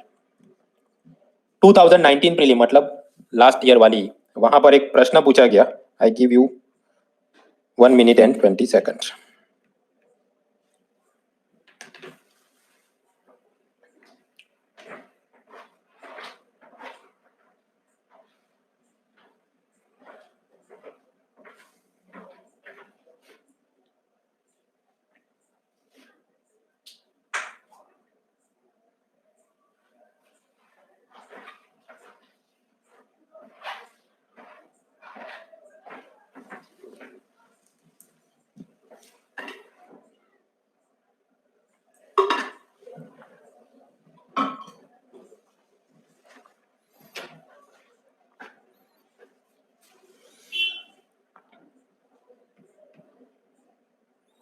Poonam, Hrithik, Anmol, Tushar, Aviral, Saket, Gajinder, Shraddha, Sandhya, Sudhodhan, Sandeep, Rahul, Pushkin, Shreya, Tejashri, Disha and many others. आपने करेक्ट टिक किया। इस बार 0% लोगों ने बोला कि हम इसको स्किप करेंगे। 77% felt that B should be the answer. Congratulations श्रेष्ठ, वशिष्ठ, अभिषेक राज, रविचंद्रा, पूर्वी, दीपक, रुचि, ध्रुव, तुषार, देव, कान्हा जोशी एंड अदर्स। आपने सही जवाब टिक किया। So the question is, money multiplier in an economy increases when which of the following will happen? Suppose 3 times से बढ़ के 10 times हो जाएगा, वो कब होगा? First statement it says increase in the cash reserve ratio. भाई अभी तो हमने देखा कि अगर सीआरआर बढ़ता है 4% से 5% से 10% से, देन 25 से 20 से 10 से, so there is an inverse relationship. CRR जितना बढ़ेगा उतना ये मनी मल्टीप्लायर कम होगा। ये ऐसे मनी मल्टीप्लायर एंड सीआरआर का रिलेशन आप इनवर्स बोल सकते हैं। So therefore first statement is wrong, there is an inverse relation. Similarly what about C, increase in the statutory liquidity ratio, वो चीज इरेलेवेंट है। Increase in the population of a country, भाई वो बीरबल की खिचड़ी वाली बात है। कब बच्चे पैदा होंगे, वो बड़े होंगे, बड़े होके पैसा कमाएंगे, then they will open bank account और फिर उसमें से पैसा जाएगा, देन बट वो कब होगा, दैट इज बीरबल की khichdi. So if all these other options are wrong, then whatever is left should be the answer. Answer is B, increase in the banking habit of the population. तो हाँ, फिर money supply उस हिसाब से money multiplier effect improve हो सकता है। This has not fallen from the sky, आसमान से गिरा ये प्रश्न नहीं है। This is given in NCERT itself कि money multiplier effects on following things including banking habit of the people. और क्योंकि ये एनसीईआरटी में दिया तो मैं करीब पिछले 10 साल से ये हर बार पढ़ाते रहा। Only in this many year सिर्फ एक बार 2019 में ये क्वेश्चन आता है, अदरवाइज मनी मल्टीप्लायर उन्होंने कभी कोई परीक्षा में यूपीएससी की पूछा नहीं। यानी कि ये एक लो फ्रीक्वेंसी टॉपिक है, इसलिए लो फ्रीक्वेंसी है तो लो फ्रीक्वेंसी के हिसाब से बेसिक आइडिया होना चाहिए। इसमें excessive PhD and over thinking is not required. For example, लो where is the money that was invested in the share market, वो पैसा किधर है? भाई फॉर्मूला तो सिंपल, दैट करेंसी पब्लिक के हाथ में और करेंसी जो बैंकों में है। सपोज आपने शेयर मार्केट में इन्फोसिस का शेयर खरीदा, तो इन्फोसिस कंपनी को वो पैसा मिला, सपोज उसने बैंक में रखा होगा तो वो बैंक में कहीं पर होगा। अलग से शेयर मार्केट में पैसा किधर प्लस प्लस ऐड नहीं होता है। If the money is going into bank then you will add it. तो उसमें ये क्या होता होगा, वो क्यों होता है? Simply you remember the formula, currency coin with public and बैंकों के अंदर अलग अलग डिपॉजिट, उसमें होगा उतना काउंट होगा। The factors affecting the money supply, एक तो फैक्टर हमने देख लिया, ये सीआरआर कितना होता है, it will accordingly affect the money supply M3। What other factors could affect this? RBI का इश्यू डिपार्टमेंट, उसकी एसेट साइड में एक फैक्टर था इंडियन गवर्नमेंट के सिक्योरिटी, और ये गवर्नर बोलते हैं हवा में पैसा छाप नहीं सकते, अगर आप मेरी एसेट बढ़ाएंगे तो मैं सामने लायबिलिटी के रूप में अपना coin and currency in circulation बढ़ा दूंगा। सो सपोज अचानक से गवर्नमेंट 700 बिलियन रुपीज के एडिशनल जी से गवर्नमेंट सिक्योरिटी यहाँ पर आरबीआई के सर पे डाल देता है, ये लो बूम, तो एसेट साइड पर 700 बिलियन बढ़ गए, और वो बोलेंगे ये सारा पैसा हम आपसे बोरो कर रहे हैं, प्रधानमंत्री किसान योजना, हर किसान को 6,000 रुपए देंगे। So because of the borrowing by the government, RBI के एसेट साइड में पैसा बढ़ गया, एंड दैट मीन्स कंपल्सरीली उतना उन्होंने छाप कर पैसा लायबिलिटी साइड में घुमाना होगा। So that means here also in the coin and currency in circulation there will be an increase in the additional 700 billion rupees, और ये क्या होगा, M0। तो सोचिए पहले M0 था सपोज 23,000 समथिंग, 23,300 बिलियन रुपीज, उसमें प्लस 700 बिलियन रुपीज अगर ऐड होते हैं तो नया M0 क्या होगा, 24,000 बिलियन रुपीज। और हमने देखा कि M3 अराउंड 5 to 6% चल रहा है, तो उस हिसाब से 6 टाइम्स 700 बिलियन का भी 6 टाइम्स उतना ज्यादा पैसा और ऐड हो जाएगा। सो टोटल सम पहले जितना था 1,36,000 बिलियन रुपीज, उसके बदले 1,44,000 बिलियन रुपीज हो जाएंगे। यानी गवर्नमेंट ने अगर थोड़ा भी बोरो ज्यादा कर लिया तो मनी सप्लाई जरूरत से ज्यादा बेहद बढ़ जाएगा, और वो सारा पैसा मार्केट में फिर इन्फ्लेशन यानी कि महंगाई कर सकता है if there are not sufficient goods and services for purchase. So yes, government borrowing can also affect the money supply. फिर मित्रों, ये इकोनॉमिक सर्वे का वॉल्यूम 2 चैप्टर 4, वहां पर उसने M0 का क्या ट्रेंड रहा उसके भी आपको ग्राफ दिए हैं, फिर M3 का ट्रेंड क्या रहा उसके भी ग्राफ दिए हैं। आप M0 में देखिए, as such every year there has been growth, ये ईयर ऑन ईयर ग्रोथ का परसेंटेज है। वो कल रात मैंने आपको जो हाइट वाला एग्जांपल दिया था वो याद करिए, ये डाउन हो रहा है उसका मतलब नहीं कि पैसा कम हो गया, रादर की लास्ट ईयर की कंपैरिजन में इस साल जितना बढ़ना चाहिए उसका ग्रोथ रेट पहले से कम हुआ है। Anyway, so it has been happening like that, but ये वाला ईयर इंटरेस्टिंग है 2016-17 में, जहां पर कि नेगेटिव ग्रोथ दिखता है। और वो क्यों हुआ था दैट विल बी अंडरस्टूड जब आप पढ़ेंगे डीमोनेटाइजेशन और जितना पैसा वापस नहीं आया वो कैसे गवर्नमेंट और आरबीआई की लायबिलिटी खत्म करता है, वो सब आराम से तब देखेंगे. So presently will not waste time in why it happened into negative zone. वो सेकंड पिलर ब्लैक मनी में डिमोनेटाइजेशन के साथ वापस आके देखेंगे. Now what about M3? M3 में भी 2001 से लेकर थोड़ा बड़ा था और फिर वापस अभी गिर रहा है in 2018-19. So why it is falling? ये ऐसा नहीं कि क्वांटिटी कम हो रही है, no, this is simply a growth rate in percentage. मतलब हर साल जो पहले से बढ़ता था वो कम स्पीड से बढ़ रहा है. So after the demonetisation it is falling. 2016 के बाद देखिए थोड़ा कम हो गया, क्योंकि M3 का बढ़ना कब हो सकता है? One condition, people should deposit more money in the bank, तो banking habit will affect the money supply. And secondly, कितना लोन एक्टिविटी हो रहा है from one bank to another account. जितना ज्यादा लोन में पैसा घूमता रहेगा उतना M3 बढ़ता रहेगा. And presently economy is undergoing some slow down, तो वो एक्टिविटी थोड़ी कम है. So obviously there will be some ups and downs. But again हर एक साल में ऐसा क्यों था, इधर ऐसा क्यों है, वो सब इंडिविजुअली एनालाइज करने की जरूरत नहीं. क्योंकि पुराने अगर प्रीलिम के पेपर देखे, ये इकोनॉमिक सर्वे के ग्राफ में ऐसा व्हाई इट हैपेंड ऐसा वो शायद ही पूछते हैं. ऑलमोस्ट कभी पूछा ही नहीं.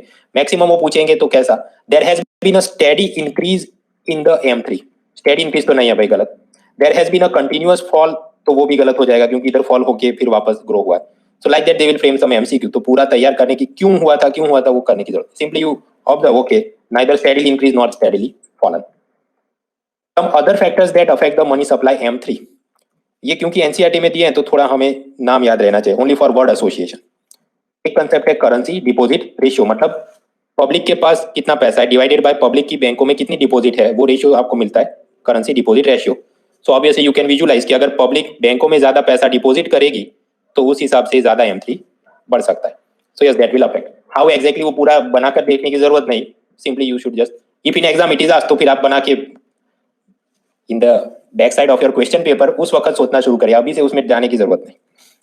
Another such factor is reserve deposit ratio. मतलब कमर्शियल बैंकों के वॉल्ट कैश में डे टू डे ऑपरेशन के लिए वो कितना पैसा रखते हैं, divide with banks deposit with RBI, for example CRR वगैरह डिपॉजिट. तो उसमें भी आप समझ सकते हैं अगर CRR रिक्वायरमेंट कम कर दी जाए तो लोन में घुमाने के लिए ज्यादा पैसा होगा. तो again this effect, money multiplier effect will improve and M3 will improve. Anyways these are like miscellaneous topics. तो इसमें ज्यादा ऐसा क्यों होता, उधर क्या होता होगा, बीरबल की खिचड़ी पकाने का उपयोग नहीं. So we are done with this measures of money supply M0 to M4 as well as the money multiplier effect. Now miscellaneous topic में एक दो है velocity of the money, वो देखते हैं. Velocity of money circulation या मुद्रा संचालन का वेग. सपोज आरबीआई ने M0 के नाम पर 100 रुपीज का एक नोट छापा और ये आदमी के पास है. सपोज उसकी मदद से उसने हल्दीराम के कुरकुरे या कुछ स्नैक्स खरीदे. So one particular note has gone to this shopkeeper, और फिर उसी 100 रुपये के नोट की मदद से यही वाला शॉपकीपर किसी फार्मर से सपोज वेजिटेबल खरीदता है. तो अगेन दूसरी बार वही नोट यूज हुआ, तो ये एक बार यूज हुआ, दूसरी बार यूज हुआ. So that is the measurement of velocity of the money circulation. Money circulation basically means it is the number of times the money passes from one hand to another. ये एक बार एक हाथ से दूसरे हाथ में गया, फिर दूसरी बार गया एंड सो ऑन. इसको अगर एक्सप्रेस करना हो तो वो GDP divided by currency in circulation, और उससे आपको फिगर मिलेगा. बट वो क्या फिगर है we don't have to prepare, क्योंकि इतना सब एनालिसिस में जाने का उपयोग नहीं. सिंपली रिमेंबर कितनी बार करेंसी एक हाथ से दूसरे हाथ में जाती है, that is the velocity of money circulation. इसमें कौन कौन से फैक्टर्स अफेक्ट कर सकते हैं? First is income distribution. अगर गरीब आदमी के हाथ में 100 रुपया है तो क्या होगा, तुरंत दूसरे दिन वो खर्च हो जाएगा for buying some vegetables, edible oil, some tuition fee for the children and so on.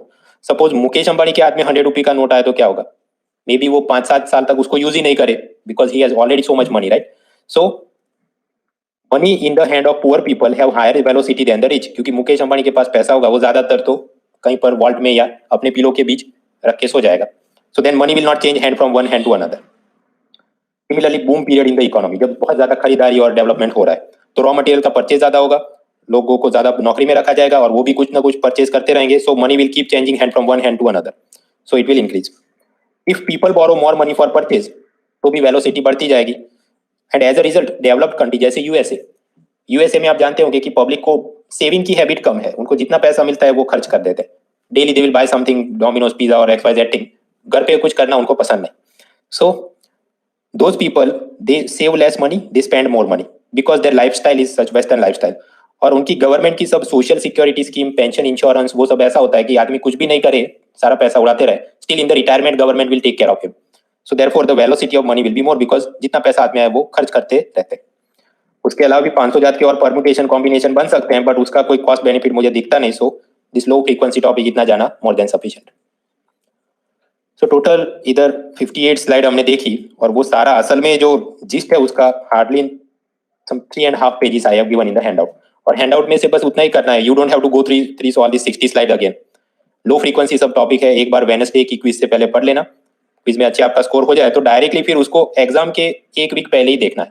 तो इसको खत्म करो और आगे बढ़ो। ये पूरा दिन इकोनॉमी लेकर मत बैठे रहो, दूसरे भी पॉलिटी, हिस्ट्री, ज्योग्राफी सब्जेक्ट पढ़ो। And even in polity also, ऐसा नहीं पूरा दिन लक्ष्मीकांत लेके बैठे रहे भाई, उसको खत्म करो, then you move to some other area. तो don't get stuck at one particular page. मैंने आपको आगे भी बताया था, ये एनसीईआरटी क्लास 12 मैक्रो इकोनॉमिक्स, उसको पढ़ने की जरूरत नहीं। ये जो मैंने आपको एग्जांपल दिया कि 100 रुपीज का 90 रुपी और फिर जिगजैग जाएगा, same thing they have explain, but rather than saying 100 रुपी उन्होंने लिखा एच और फिर एच डिवाइडेड बाय 2, फिर उसका 0.64 डिवाइडेड बाय 8 करके जो एक स्लाइड में समझ सकते थे पूरा पेज भर के, वो ऐसे नहीं खिलाएंगे। वो always they feed it like this. तो वो पूरा समझने की जरूरत नहीं, हमने उसको समझ लिया for the purpose of MCQ. अगर आप आरबीआई की ऑफिशियल वेबसाइट पर जाएं, what is M0 today, what is M3 today, तो आपको एक्सेल फाइल डाउनलोड करने देगा।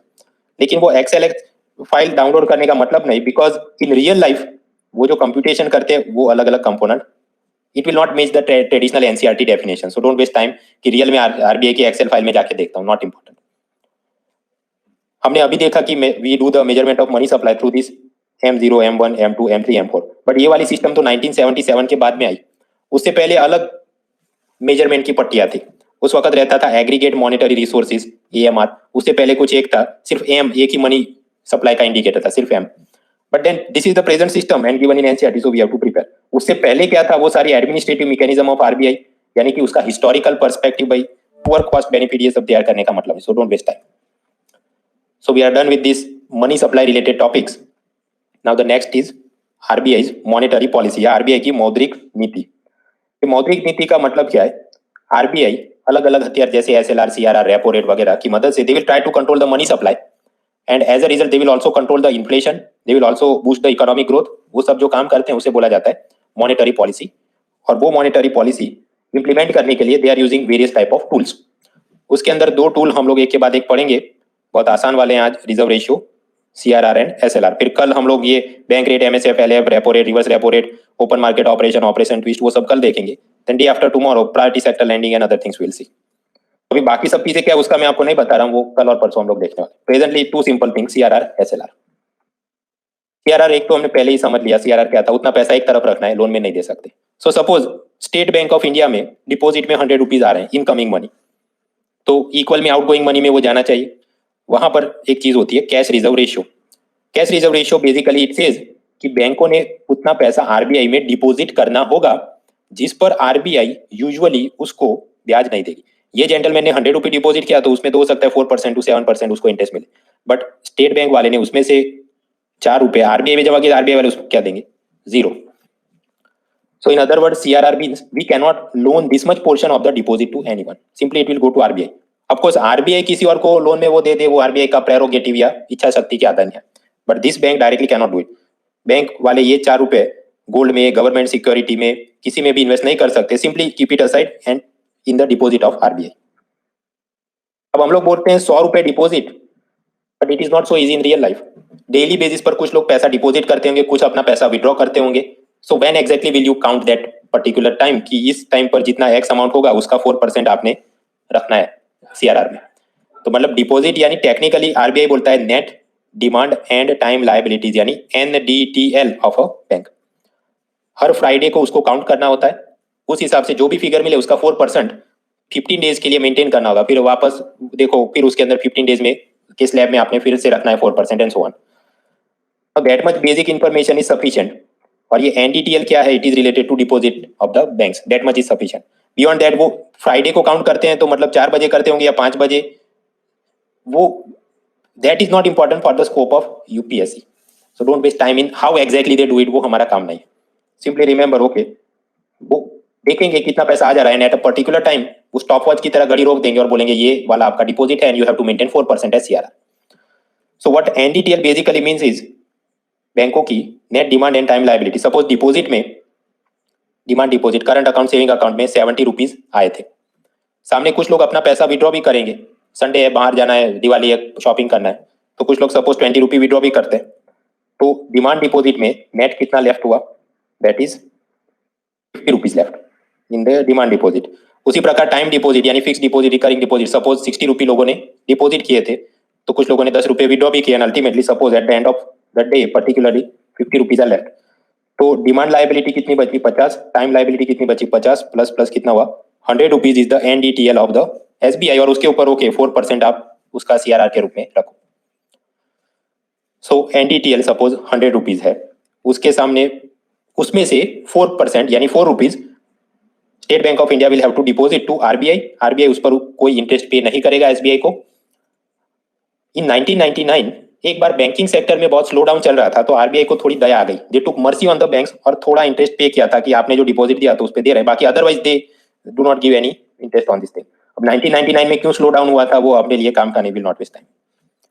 बट यस, एसबीआई वाला ये पैसा लोन में नहीं घुमा सकता। ऑफ कोर्स आरबीआई को डिपॉजिट पे मिला, फिर आरबीआई उसका कुछ भी कर सकता है, आरबीआई लोन में घुमा सकता है but not state bank itself. तो out of the 100 rupees 4 are gone. Additionally ये जो भी एनडीटीएल है उसका 18% यानी कितना, 18 रुपए, वो एसएलआर मतलब स्टैट्यूटरी लिक्विडिटी रेशियो के रूप में मेंटेन करना होगा। एसएलआर मतलब आरबीआई बोले उन तरल संपत्तियों में रखना है, you have to keep it in the liquid form. Liquid form कौन कौन से, कैश खुद जो कि मोस्ट लिक्विड एसेट है, गोल्ड में भी अगर कोई बैंक चाहे तो रख सकता है, और आरबीआई के द्वारा अप्रूव की गई दूसरी जो जो security, for example government security, treasury bill, public sector undertaking के बॉन्ड डिबेंचर, सपोज ओएनजीसी का कोई बॉन्ड है या स्टील अथॉरिटी ऑफ इंडिया के बॉन्ड है। ये बॉन्ड डिबेंचर क्या होते हैं हम लोग सेबी शेयर मार्केट में पढ़ेंगे, but basically these are all financial instrument. इसकी लिक्विडिटी बहुत ज्यादा होती है, तुरंत आपको सामने कोई बायर मिल जाएगा, उसको सेल करके कैश में आप कन्वर्ट कर सकते हैं। So banks are allowed to invest in this thing, और मिनिमम उन्होंने 18% ऑफ द डिपॉजिट्स यहां पर डालने होंगे। आप समझिए इधर पैसा इन्वेस्ट करने पर बैंक को कुछ प्रॉफिट पॉसिबल है। सपोज स्टेट बैंक वाला 18 रुपये के गोल्ड खरीद लेता है और फिर आगे चल के वो गोल्ड का किलोग्राम के हिसाब से प्राइस अप्रिशिएट होकर सपोज 30 रुपये हो गया तो इनको कुछ प्रॉफिट हो सकता है।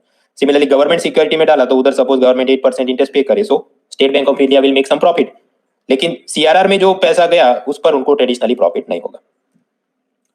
So this CRR and SLR, ये सीआरआर आरबीआई एक्ट 1934 में मैंडेटेड है कि ऐसी सिस्टम होगी और बैंकों ने माननी होगी।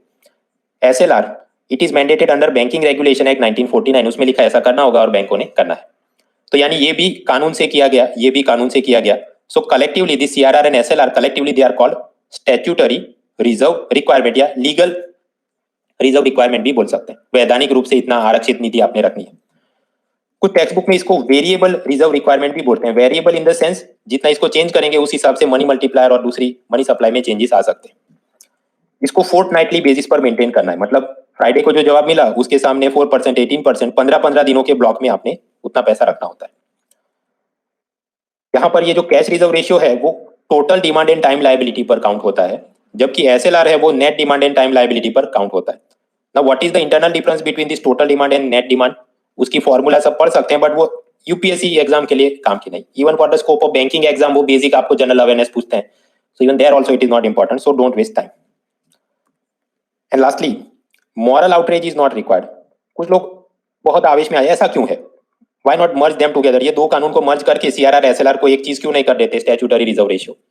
भाई again you send suggestion to Modi government कि इसको मर्ज कर दो, उनको ठीक लगे तो करेगा, नहीं तो until then you prepare the things from handout. So what is the utility of the CRR SLR, ऐसा करने की क्या जरूरत होगी। 1, ये न्यूज है 2003 की, rumour fuel run on ICICI bank in Gujarat for the second day. Basically उस वक्त किसी ने अफवाह उड़ा दी थी अहमदाबाद में कि आईसीआईसीआई बैंक कोलैप्स हो जाने वाला है, बंद हो जाने वाला है, तो अपनी डिपॉजिट बाहर निकालो। देन अगेन इन 2008 अगेन किसी ने अफवाह उड़ा दी कि आईसीआईसीआई वालों ने भारतीय लोगों का पैसा अमेरिका की एक लेहमन ब्रदर कंपनी में डाला था और सबप्राइम क्राइसिस में वो लेहमन ब्रदर कोलैप्स हो गया, तो आईसीआईसीआई भी कोलैप्स हो गया, तो अपना पैसा निकालो। ऐसा कोई भी रूमर बाजार में चलेगी तो सपोज ये जो 100 रुपीज लोगों ने डिपॉजिट किए हैं वो सभी लोग आके लाइन में लग जाएंगे, हमारा पैसा वापस करो अभी के अभी। अभी के अभी तो कैसे दे सकते हैं, सपोज चंदा कोचर ने वो सारा पैसा उसमें से आपको CRR SLR suppose 22 rupees collectively, बाकी के 78 रुपी लोन में दिए, और वो ऐसी लोन है जो 10 ईयर्स की मैच्योरिटी वाली है, तो डिपॉजिटर तो धीरे धीरे करके देगा, सभी 78 रुपी एक दिन में कैसे दे सकता है। So therefore RBI has the system of the CRR SLR. उसके क्या फायदा है, व्हेन पीपल सडनली रश तो एटलीस्ट ये जो 22 रुपी है उसको ब्रेक करके बैंक वाले थोड़ा थोड़ा पैसा को डिपोजिटर को देंगे, और वो जब लाइन में लोग खड़े हैं इन बिटवीन, आरबीआई के ऑफिसर्स, फाइनेंस मिनिस्ट्री के ऑफिसर आकर बैंक का ऑडिटिंग करेंगे, इंस्पेक्शन करेंगे, और उनको लगे कि no there is no such fake rumour it is going on, तो वो खुद से भी प्रेस स्टेटमेंट, न्यूज़पेपर एडवर्टाइजमेंट करके जनता को शांत करेंगे, भैया ऐसा कुछ नहीं, these are fake news and there is no need to stand in the line. तो इन बिटवीन एक बफर या बैकअप के रूप में ये सीआरआर एसएलआर रखने का प्रयोजन होता है। So therefore banks are required to keep this thing. That is one objective. एक बार सीडीएस एग्जाम में यूपीएससी ने पूछा था which of the following explains the bank run. Bank run मतलब अचानक से लोगों में पैनिक आ जाए अपना पैसा वापस लेने के लिए, a panic situation when the deposit holder start withdrawing cash from the bankers. So easy question. उसके बाद 2020 की लेटेस्ट सीडीएस एग्जाम में they asked another question from the CRR and I give you 1 minute 20 seconds.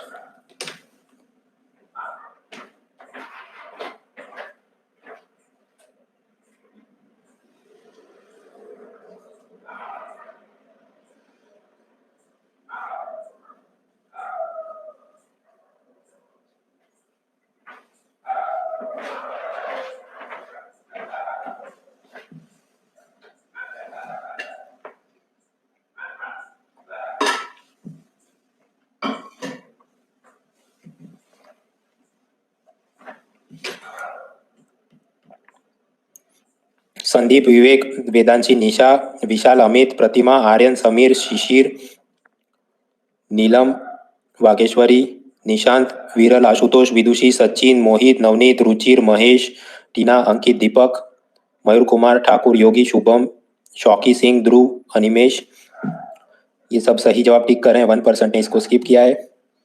50% fail that B should be the answer. Congratulation by Aditya Mishra, Omkar Gaurav, Sarthak Patel, CKB, Pranjal, Abhishek, Deepak, Tinku, Gautam and Dev. ये अभी जो मैंने नाम बोले ऐसे जिनके अभी तक 2 एमसीक्यू करेक्ट हुए हैं। बाकी भी बहुत सारे लोग होंगे बट सारे का नाम मुझे सिस्टम में ये नहीं दिखा दे। Anyway, so in 2020 CDS exam of UPSC उन्होंने पूछा कैश रिजर्व रेशियो का मतलब क्या है। नाउ ऑब्जर्व, स्टेटमेंट ए बोलता है the share of net demand and time liabilities that bank have to hold as liquid asset. भाई वो सीआरआर ने, वो तो एसएलआर की कुछ बात दिखती है। That means A could not be the answer. It does not explain what is CRR. Observe the D statement, the ratio of cash holding to reserves of a bank. भाई वो भी कुछ जम नहीं रहा है, बिकॉज ओके 4% ऑफ डिपॉजिट और 4% of NDTL या कुछ आपको ऐसे दिखता था, ये उसको एक्सप्लेन नहीं कर रहा है। So even D is not giving the satisfaction. यानी कि जवाब हो सकता है either B could be the thing और सी कुड बी। दोनों की जगह पर क्या है, the net demand and time liabilities that bank have to hold. There is slight difference in the wording of this two statement. B option में बोलता है एज बैलेंस विथ आरबीआई, और सी ऑप्शन में लगता है as part of their cash reserve. तो सही क्या होगा? थोड़ी स्लाइड पहले हम लोग वापस जाएं। What is the technical definition of CRR? CRR means banks have to deposit that money to RBI and RBI will not pay them any interest and it is mandated under the RBI Act. So out of the given options सबसे ज्यादा close कौन सा है? B option is the closest, क्योंकि the word bank have to hold as balances with this thing, तो वो deposit balance they are almost like synonym. अगर हम लोग आरबीआई के ऑफिशियल वेबसाइट पर सीआरआर के कुछ नोटिफिकेशन पढ़े तो वहां वो ऐसे ही बोलते हैं banks are required to keep this much as balance for the fortnight starting from this Friday वगैरह वगैरह। So B is the right answer in this case. अगर बी ऑप्शन नहीं होता तो हम शायद सी को मान सकते थे, बट जब तक बी है तो बी ही सबसे सही है, because balance with RBI that is the perfect definition of CRR, balance और डिपॉजिट विथ आरबीआई। खैर, तो ये सीआरआर एसएलआर की यूटिलिटी क्या है?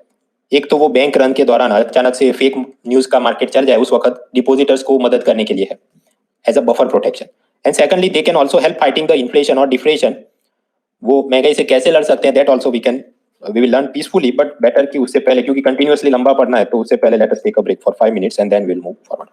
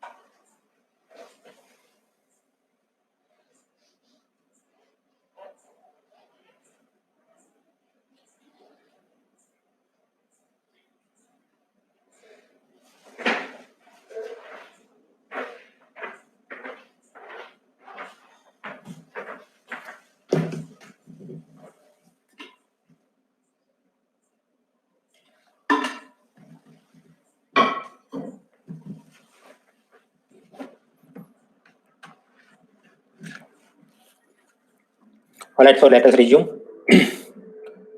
सीआरआर एसएलआर की एक यूटिलिटी थी, बैंक रन के दौरान वो बफर प्रोवाइड करते थे। Second utility is for fighting the inflation और डिफ्लेशन। वो कैसे समझते? सपोज सिनेरियो ए, जब जनता ने बैंकों के अंदर सपोज 100 रुपी डिपॉजिट किए हैं और उसके सामने suppose the bank is paying them 5% interest on the deposits, और फिर वहां से सपोज सीआरआर प्लस एसएलआर करके 22 रुपीज एक तरफ रखे स्टेचुटरी लीगल रेशियो में, और बाकी 78 रुपी लोन में घुमाने। एंड सपोज ये बैंक ने सोच के रखा, स्टेट बैंक ऑफ इंडिया ने, that I must earn 7% spread और profit on this entire business. तो अगर डिपॉजिटर को सपोज उसने 5% पैसा इंटरेस्ट के साथ करना है, एंड सपोज वो सोच रहा है मुझे भी ये उसके ऊपर 7% प्रॉफिट मिले, सो दैट मीन्स मैं ये लोन में घुमाऊंगा at 12% interest rate. And suppose in that situation ये विजय माल्या 12% इंटरेस्ट पर लोन खरीद के भी बाजार में जमकर he is buying the onions and doing अय्याशी और whatever he plans to do, and as a result 150 rupees में ऑनियन सेल कर रहे हैं। और सपोज ये इन्फ्लेशन की परिस्थिति है, so then what we can do, we have to cut down some hands. ये मनी सप्लाई कम कर दो तो अपने आप इन्फ्लेशन से लड़ सकते हैं। तो अगर महंगाई से लड़ना है तो ये पैसे वालों के हाथ काटने पड़ेंगे, डिमांड अपने आप कम हो जाएगी। उसके लिए आरबीआई क्या कर सकता है? To fight the inflation RBI should reduce the money supply, या फिर कि कुछ करके लोन्स को पहले से ज्यादा महंगा कर दे तो अपने आप डिमांड ऑनियन की और सब चीजों की कम हो जाएगी। सो सपोज ये सीआरआर एसएलआर करके कलेक्टिवली 22 रुपीज रिजर्व में रखने थे, आरबीआई बोले नहीं, उसको बढ़ा के मैं करता हूँ 40 रुपीज रिजर्व में रखने। Every 100 rupees you get in deposit, keep 40 rupees in reserve. In this scenario what will happen, bank वाले of course they will have to oblige to it because वो तो कानून में उसको ऑर्डर दिया है, बट फिर बैंक सोचेगा कि नहीं, मुझे तो फिर भी इसमें profit margin same to same रहना चाहिए इन सम एब्सोल्यूट फिगर। तो हो सकता है वो अपने लोन इंटरेस्ट, क्योंकि अब उसके पास लोन में घुमाने के लिए पहले से कम पैसा है, earlier he had 78 rupees, now he had only 60 rupees, तो वो लोन इंटरेस्ट रेट बढ़ा देगा। Suppose he will start demanding 16% ब्याज चाहिए, पहले मैं 12% देता, नहीं, because now I have less funds but in volume I want to make same amount of profit. So then what will happen, कुछ लोग जो पहले लोन में पैसा लेते थे वो कम लोन में पैसा लेंगे, so that means the money supply as a result of M3 आपको कम दिखेगी, so then demand will decline, लोग कम परचेज करेंगे, कम शॉपिंग करेंगे, तो हो सकता है onion will now start selling at 100 rupees a kilo. Even Gabbar Singh will be happy, हाँ अब ठीक है। So in other words RBI ने ये सीआरआर एसएलआर को ज्यादा इंक्रीज किया तो इंटरेस्ट रेट लोन के पहले 12 से बढ़ के हो गए 16%, यानी कि money became more expensive to borrow. और एक्सपेंसिव का एक सिनोनिम है डियर, पहले से ज्यादा कीमती हो गया। कीमती क्यों हो गया? क्योंकि आप उसको मनी को बोरो करने जाएंगे, यू हैव टू पे more interest. So that is one concept कि सीआरआर एसएलआर बढ़ाएंगे तो interest rate, loan interest rate पहले से बढ़ जाते हैं। Another concept is consumer price index यानी सीपीआई। एक गवर्नमेंट ऑर्गेनाइजेशन है, वो कौन सी हम लोग पढ़ेंगे पिलर 4C में, वो लोग हर महीने सीपीआई इंडेक्स रिलीज करते हैं। उसमें भी अलग अलग प्रकार होते हैं, rural, urban, labour, this that, but RBI focus करता है सीपीआई ऑल इंडिया। ये वाले इंडेक्स में जो जवाब आए आरबीआई उस पर नजर रखता है। 2012 के लिए इंडेक्स फिगर होता है 100, वो इसलिए क्योंकि वो बेस ईयर है, वो बेस ईयर क्यों है वो भी हम लोग देखेंगे in 4C। And then in every month you will see that some other new figure will come, suppose 114, 130, 137, up down ये कुछ ना कुछ चलते रहेगा। सो सपोज 2018 दिसंबर में ये फिगर हो 140 और 2017 दिसंबर में ये फिगर हो 137। That means compare to previous year, मतलब 2017 दिसंबर के सामने 2018 दिसंबर, एक साल बाद कितनी बढ़ोतरी हुई ये सीपीआई इंडेक्स नंबर में? 140 माइनस 137 डिवाइडेड बाय 137 टाइम्स 100। जैसे प्रॉफिट हम लोग काउंट करते हैं वैसे ये काउंट करना है, तो जवाब आपको मिला 2.18% परसेंटेज में। उसका मतलब कि सीपीआई कंज्यूमर प्राइस इंडेक्स के हिसाब से द इन्फ्लेशन रेट, मुद्रास्फीति दर, महंगाई दर 2.18% है। वो बेसिकली ये जताता है कि सपोज कोई चीज आपको यहाँ पर 100 रुपीज में मिलती थी तो अभी वो 102 रुपये और 18 पैसा में मिलती है, मतलब पहले से महंगी हो गई है, यानी कि पहले की तुलना में महंगाई दर बढ़ गया है। So that is how we measure the inflation, महंगाई बढ़ गई है। सिर्फ ऐसा बोल देना कि ये ऑनियन महंगे या दिस दैट, ऑब्जेक्टिवली आपके पास कोई डेटा होना चाहिए। So RBI will keep a focus on this figure, और वहां पर आरबीआई का फोकस ये रहता है कि हम लोग ये CPI all India inflation rate उसको 2% से लेके 6% के बीच कंट्रोल करने की कोशिश करेंगे।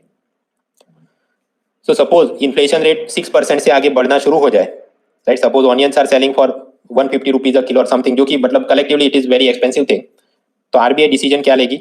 We have to fight the inflation.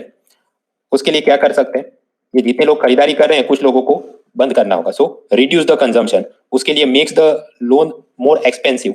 और लोन एक्सपेंसिव बनाने हैं तो हमने मनी सप्लाई M3 कम करना होगा. तो अपने आप बैंकों के पास लोनेबल फंड कम हो जाएंगे, वो उस पर ज्यादा ब्याज चार्ज करेंगे, people will take less loans, less spending, right. So we can fight the inflation. ऐसी जो मॉनेटरी पॉलिसी बनती है उसको बोलता है कॉन्ट्रैक्शनरी मॉनेटरी पॉलिसी. क्यों? क्योंकि M3 को वो रिड्यूस कर देता है, तो money supply will be contracted. Contractionary, संकुचित करता है. या बोल सकते हैं टाइट मनी पॉलिसी, मतलब नल में से जो पानी आ रहा है वो पहले से कम आ रहा है, ऐसा टाइट सप्लाई कर दिया. डियर मनी पॉलिसी, क्योंकि पैसा महंगा हो गया. हॉकिश मनी पॉलिसी भी उसको बोल सकते हैं. इन दी मॉनेटरी पॉलिसी सब्जेक्ट, हॉकिश मतलब ऐसा सेंट्रल बैंक का ऑफिसर, हॉक का काम क्या है, वो बहुत ऊपर उड़ता है. सिमिलरली हॉकिश मॉनेटरी पॉलिसी में मानने वाला बैंकर क्या करेगा, अपना CRR, SLR, रेपो रेट, वो सबको वो बढ़ाता रहेगा उसके percentage with the hope of fighting the inflation. तो उसको बोला जाता है हॉक टाइप का ये सेंट्रल बैंकर है. रघुराम राजन के बारे में बोला जाता था he is a hawk. So hawkish monetary policy. So if you do this we can fight inflation. ये काम कौन करता है? RBI, उसकी मॉनेटरी पॉलिसी कमिटी, जिसके चेयरमैन होते हैं RBI गवर्नर खुद. कितनी फ्रीक्वेंटली, ये क्या डेली उसको देख के बैठे रहते थे? नहीं. एवरी 2 मंथ यानी बाय मंथली, 2-2 महीने पर उसकी मीटिंग करके वो अपडेट लेंगे, क्या है CPI इंडेक्स, हमारा महंगाई दर क्या है और सामने कितना money supply, they will update the policy accordingly. So one party is understood that okay we should not allow the inflation to increase beyond 6%. But left side में देखिए टारगेट क्या है, 2% से कम भी इन्फ्लेशन रेट नहीं होना चाहिए. इन अदर वर्ड्स, चीजों को सस्ता भी एक हद से ज्यादा नहीं होना देना चाहिए. Because that is what it mean. Suppose -10% या ऐसा कुछ महंगाई दर, तो वो क्या दिखाएगा कि पहले जो 100 रुपए में चीज बिकती थी अब 90 रुपीज में बिक रही है. As a consumers will be happy, but businessman happy नहीं होगा, तो इकोनॉमी ग्रो नहीं कर सकती. इसके लिए न्यूजीलैंड के एक इकोनॉमिस्ट विलियम फिलिप, उसने स्टडी किया. वाई एक्सिस पर उसने इन्फ्लेशन को प्लॉट किया, महंगाई को, और एक्स एक्सिस पर उसने प्लॉट किया अनएम्प्लॉयमेंट, मतलब बेरोजगार को. सपोज ये पहला ओरिजिन पॉइंट है 0-0. एंड सपोज एक ऐसी परिस्थिति जहां पर ये दो लोगों ने कोट पहना है और एक आदमी बेरोजगार है, कटोरा लेके खड़ा है. सो सपोज अनएम्प्लॉयमेंट में एक्स एक्सिस का प्लॉट क्या है, सपोज एक आदमी बेरोजगार है और उस वक्त वाई एक्सिस पर आप मेजर करो महंगाई कितनी है. सपोज 150 रुपीज में ऑनियन सेल हो रहे हैं, वो महंगाई है, तो मैं ऐसा लिख दूं 150. ऑफकोर्स रियल उसने ग्राफ बनाया, उस तो टेक्निकल सब टर्म्स यूज करेंगे, but for simplification we are making it like this. ये एक प्लॉट मैंने यहाँ पर बनाया. आफ्टरवर्ड सपोज अचानक से महंगाई के बदले सब कुछ सस्ता हो जाए, अब स्थिति डिफ्लेशन की परिस्थिति आ जाए, that onions are selling for only 5 rupees पर kilogram. As a consumers will be very happy, but think from the farmers perspective कि भाई ये तो 20 रुपए तो मुझे ही सपोज की प्रोडक्शन कॉस्ट था मेरा खुद का, जो भी फर्टिलाइजर, वाटर और फार्म लेबर यूज किए थे, और तुम मुझे सिर्फ 5 रुपए दे रहे हो, तो मैं अब ये जितने भी एग्रीकल्चर लेबरर्स हायर किए थे मैं उन सबको निकाल देता हूँ. So then what will happen, वो जो मजदूर खेत में मजदूरी करने वाले लोग थे, 2-3 लोग काम से निकल जाएंगे. So then suppose second situation जहां पर 2 लोग बेरोजगार हैं and suppose the price of onions और the inflation suppose it is 5. तो ये प्लॉट यहां पर हुआ. So like that if you start plotting the figures, तो एक ग्राफ बनेगा. ये ग्राफ कुछ ऐसा दिखता है. So if the graph is like this, वो हमें क्या दिखा रहा है, there is an inverse relation. अगर महंगाई बढ़ेगी तो ज्यादा जॉब्स क्रिएट होंगे, पहले 2 लोग बेरोजगार थे अब सिर्फ एक बचा. एंड सपोज अगर महंगाई कम होगी तो जॉब्स कम हो जाएंगे, because firms will start shedding the workforce to keep the profitability same. अपना मुनाफा पहले जितना बनाए रखने के लिए कुछ कंपनियां अपने मजदूरों को नौकरी से निकाल देंगी. ये सारी चीजों को हम लोग आराम से पिलर 4 से सेक्टर्स ऑफ इकोनॉमी, वहां पर इंडिकेटर में GDP, इन्फ्लेशन, CPI, अनएम्प्लॉयमेंट में देखेंगे. But the point here is, जैसे जैसे महंगाई बढ़ेगी तो बेरोजगारी कम होगी, महंगाई अगर कम होगी तो बेरोजगारी बढ़ेगी. आप फार्मर को याद करो, अगर उसको भाई 100 रुपीज की जगह 5 रुपए मिलेंगे तो वो फार्म लेबर को नौकरी से निकाल देगा. So on page 23 and 24 you have to fill up this thing. ये मॉनेटरी पॉलिसी, उसकी मैंने डेफिनेशन लिखी है. It is design by bank to control saving, investment, capital formation. So right, macroeconomics. अब मैक्रो इकोनॉमिक्स क्या है वो भी हम लोग पढ़ेंगे, बट इन पिलर 4 जब GDP, सेविंग, कैपिटल फॉर्मेशन, उस वक्त वो आपको पता चल जाएगा. But presently will not spend time in explaining that thing. और फिर आप जाए पेज 24 पर, वह फिलिप का क्या, इन्फ्लेशन इंक्रीज तो अनएम्प्लॉयमेंट डिक्रीज, डिक्रीज की साइन बनाइए. इन बिटवीन मैंने कुछ और भी नाम लिखे हैं. एक मिल्टन फ्राइडमैन नाम का अमेरिकन इकोनॉमिस्ट था, and he is associated with the monetary policy subject को पॉपुलर बनाने में उसको नोबेल भी मिला था. ऐसा सब फैक्चुअल जनरल नॉलेज वो कहीं कहीं जानकारी में दिया है. So in handout you should read it. उसकी भी मैं फोटोग्राफ डालू और इस साल में पैदा हुआ था वगैरह. Unnecessarily we should not spend time on such things. If it is important for example like Philip का, तो फिर हम लोग उसे स्लाइड में देखते हैं. वैसे गवर्नमेंट ऑफ इंडिया के अंदर जो उसका नेशनल एम्बलम है, वहां पर क्या है, सिंघम लायन की चित्र है, बट आरबीआई का अपना जो लोगो है वहां पर टाइगर का चित्र है। सो दिस टाइगर और बाजू में ये बॉम्पू, इट शोज मॉनेटरी पॉलिसी। और फिर उसके अलग अलग टूल्स, तो जितने भी टूल है वहां पर मैंने ऐसा ये जो कंपास बॉक्स का इंस्ट्रूमेंट है, that is basically showing that it is a tool.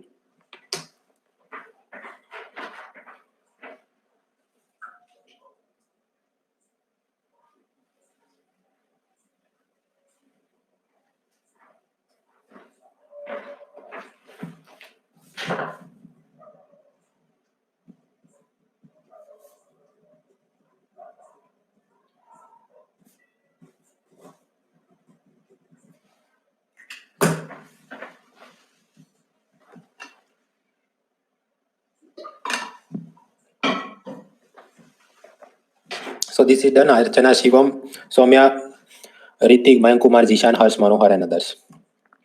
Alright, so from Philip का what we learned is ये ऑनियन अगर 5 रुपए किलो हो जाए, बहुत चीजें सस्ती हो जाए, that is also not good for the economy. So less than 2% inflation, या जो ये इन्फ्लेशन रेट गिरने की बात है, आप बोल सकते हैं डिफ्लेशन, अपस्फीति, उससे भी लड़ना जरूरी है। We should not allow the prices to fall down greatly. तो उसके लिए हम क्या कर सकते हैं? आगे जो पड़ा बस उसका उल्टा बोलना शुरू करो। सपोज इन्फ्लेशन से लड़ने के लिए हमने कंजम्पशन या डिमांड कम करवानी थी, तो यहाँ पर ज्यादा उसको एनकरेज करेंगे। We should encourage the consumption, we should make the loans cheaper. Loan सस्ते हो जाएंगे, लोग ज्यादा क्रेडिट कार्ड और वगैरह से खरीदी करेंगे, स्विगी जोमेटो से ज्यादा ऑर्डर करेंगे, ऑनियन का डिमांड बढ़ जाएगा, तो 5 रुपए की जगह फिर वो 100 रुपीज में वापस सेल होना शुरू हो जाएगा। So for that what we have to do is increase the money supply. और उसके लिए जो पॉलिसी बनेगी, basically CRR, SLR, repo rate, उन सबको आपने रिड्यूस करना होगा। ऐसी मॉनिटरी पॉलिसी में आप मनी सप्लाई M3 को एक्सपांड करेंगे, तो एक्सपांशनरी मॉनिटरी पॉलिसी। वहां पर मनी सप्लाई पहले जो टाइट था, नल ज्यादा खोल देंगे, तो easy money policy, cheap money policy, क्योंकि लोन के इंटरेस्ट रेट सस्ते हो जाएंगे, डॉविश मॉनिटरी पॉलिसी। इन्फ्लेशन से लड़ना था, हमने बोला हॉकिश। हॉक क्या करता है? आसमान में ऊपर जाता है। वेयर एज डॉ वो विनम्र होता है, वो मतलब नीचे देख के बैठता है। So like that you will reduce the CRR, SLR, repo rate and other things. So therefore dovish monetary policy. तो इन्फ्लेशन का आपने अगर याद कर लिया, सिंपली इन द डिफ्लेशन उसका उल्टा उल्टा बोल के आपने लिखना है, उसको एलिमिनेट करना है ऑप्शन को। So just think the inverse. उसमें फिर बहुत ज्यादा बीरबल की खिचड़ी पका के 500 टाइप का ये होगा तो ऐसा नहीं होगा, तो फिर ये ऐसा कैसा नहीं होगा, वो सोचते रहे तो forever you will be stuck in that, और चार में से एक भी ऑप्शन आप कंप्लीट टिक नहीं कर पाएंगे, एंड सिलेबस भी नहीं कंप्लीट होगा, वो दूसरी problem. So just like this you follow it. Now again just for the illustration, समझने के लिए कि हम सीआरआर एसएलआर की मदद से डिफ्लेशन से कैसे लड़ सकते हैं। Suppose situation A is like this कि लोन के इंटरेस्ट रेट 16% है और ऑनियन 5 रुपए पर केजी में सेल कर रहे हैं, और ये चीज कस्टमर के लिए खुश होने की बात है, but from farmers point of view it is not good for economy, क्योंकि फ्यूचर में फार्मर ऑनियन कल्टीवेशन ही बंद कर देगा, तो फ्यूचर में there will be a shortage of food, और वो बहुत सारे फार्म लेबर को नौकरी से निकाल देगा, तो अनएम्प्लॉयमेंट का प्रॉब्लम भी आ सकता है। So in this case what can RBI do? RBI to fight the deflation, RBI should increase the money supply, make the loans cheaper, encourage the demand and consumption and everything. So for that, ये CRR SLR जो पहले total suppose 40 किया होगा, उसको वो reduce करके वापस suppose कर दे 22, तो ये बैंकों के पास लोनेबल फंड पहले से बढ़ जाएंगे। और फिर suppose there are 3-4 bank, state bank of India, ICICI, Axis, HDFC, at least one of the bank जिसकी दुकान बराबर नहीं चल रही है, वो अपने लोन इंटरेस्ट रेट कम कर देगा to attract the borrowers, and then other banks will also have to reduce their interest rate just to keep in business. स्पर्धा में टिकने के लिए वो भी अपने लोन दर सस्ते कर देंगे, and ultimately it will happen that ये 16% के लोन 12% पे देना शुरू कर दे। So again people will borrow more money, there will be more demand in the economy expansion. हो सकता है विजय माल्या, किंग फिशर जैसी 2-3 और एयरलाइन शुरू करे, और एयरलाइन में भी जो हवा में आपको खाना देते हैं, so to cook that food they will have to buy more onions, and demand of onion will increase, तो ये 5 रुपए पर किलो था उसका बढ़ के हो जाए 30 रुपीज पर किलो। So this things are given of course पूरे हैंडआउट में। अभी तो हम अराउंड 23 वाले पेज पे थे, बट उसका पूरा हैंडआउट की भी rapid revision table for this monetary policy tools 35 page पे दिया है कि अलग अलग टूल को हम लोग डिफ्लेशन और इन्फ्लेशन में कैसे यूज कर सकते हैं। उसमें हमने पहला टूल खत्म किया, रिजर्व्स, सीआरआर एसएलआर, और यहाँ जो ब्लैंक है उसमें सिर्फ इतना आपने लिखना है, डाउन एरो करो डिक्रीज, और ब्रैकेट में हाथ से लिखो decrease. So to fight the deflation you will do like this, और बाकी सब टर्म और वो आराम से कल सुबह देखिएगा, इट विल मेक सेंस। बाकी वाले भी चीजें वो कल फिलअप करेंगे जब उन टूल्स को हम पढ़ेंगे।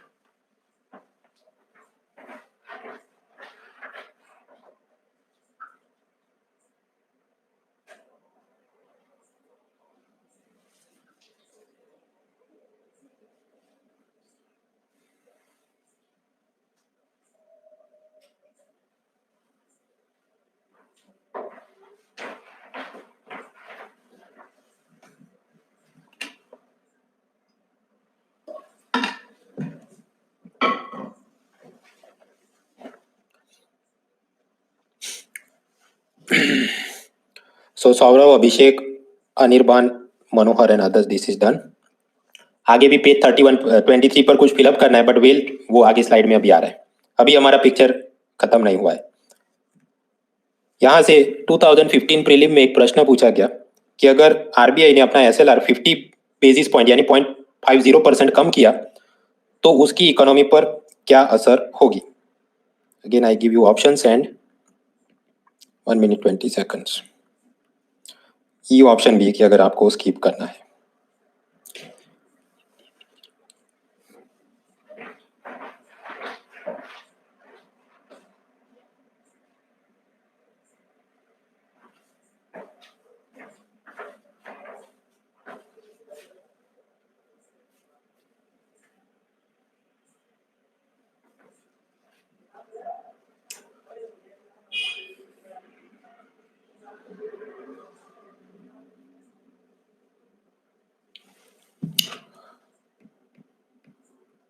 सो congratulation Gajinder, Oswin, Manohar, Saloni, Tony, Rohit UPSC, Neetush, Mahesh, Shakir, Himanshu, Abhishek, Vishal, Naveen, Carmel Sharma, Nitesh Chaturvedi, Anmol, Vishal, Govind, studious genie, Jawahar Mishra, Ashutosh, Navneet, Swapnil, Vedanshi, Poonam, Rahul, Abhishek, Sachin, Sameer, Shauki, Panindra and many others. 1% 60।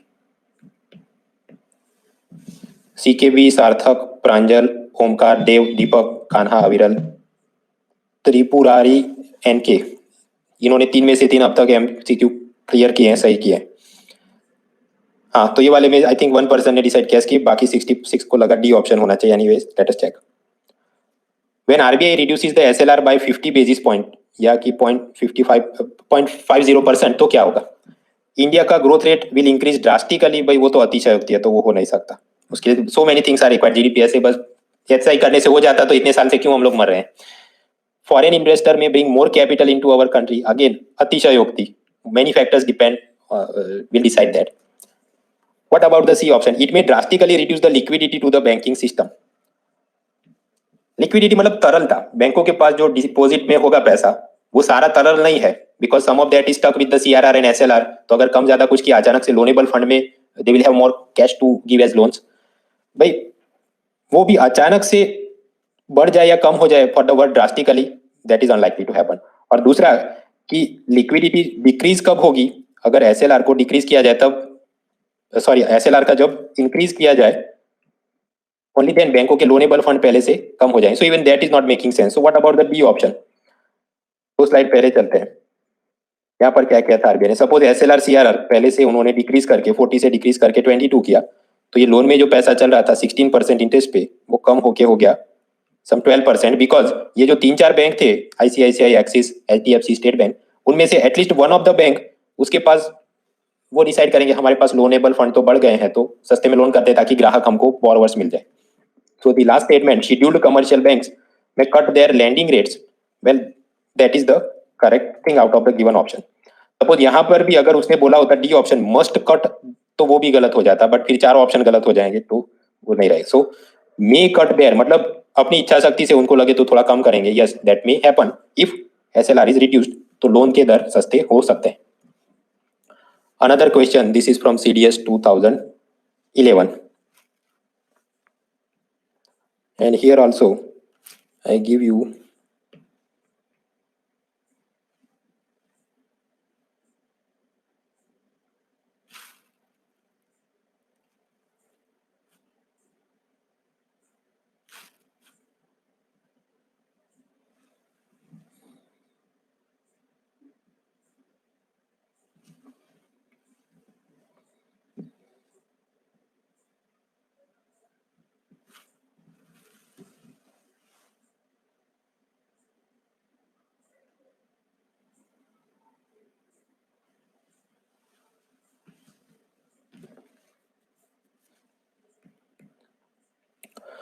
So congratulation Harshvardhan, Manish, Priyanka, Mahesh, Kriti, Rahul, Sagarika, Swapnil, Bhargav, Kushagra, Kriti, Drishti, Shrey, Shashank,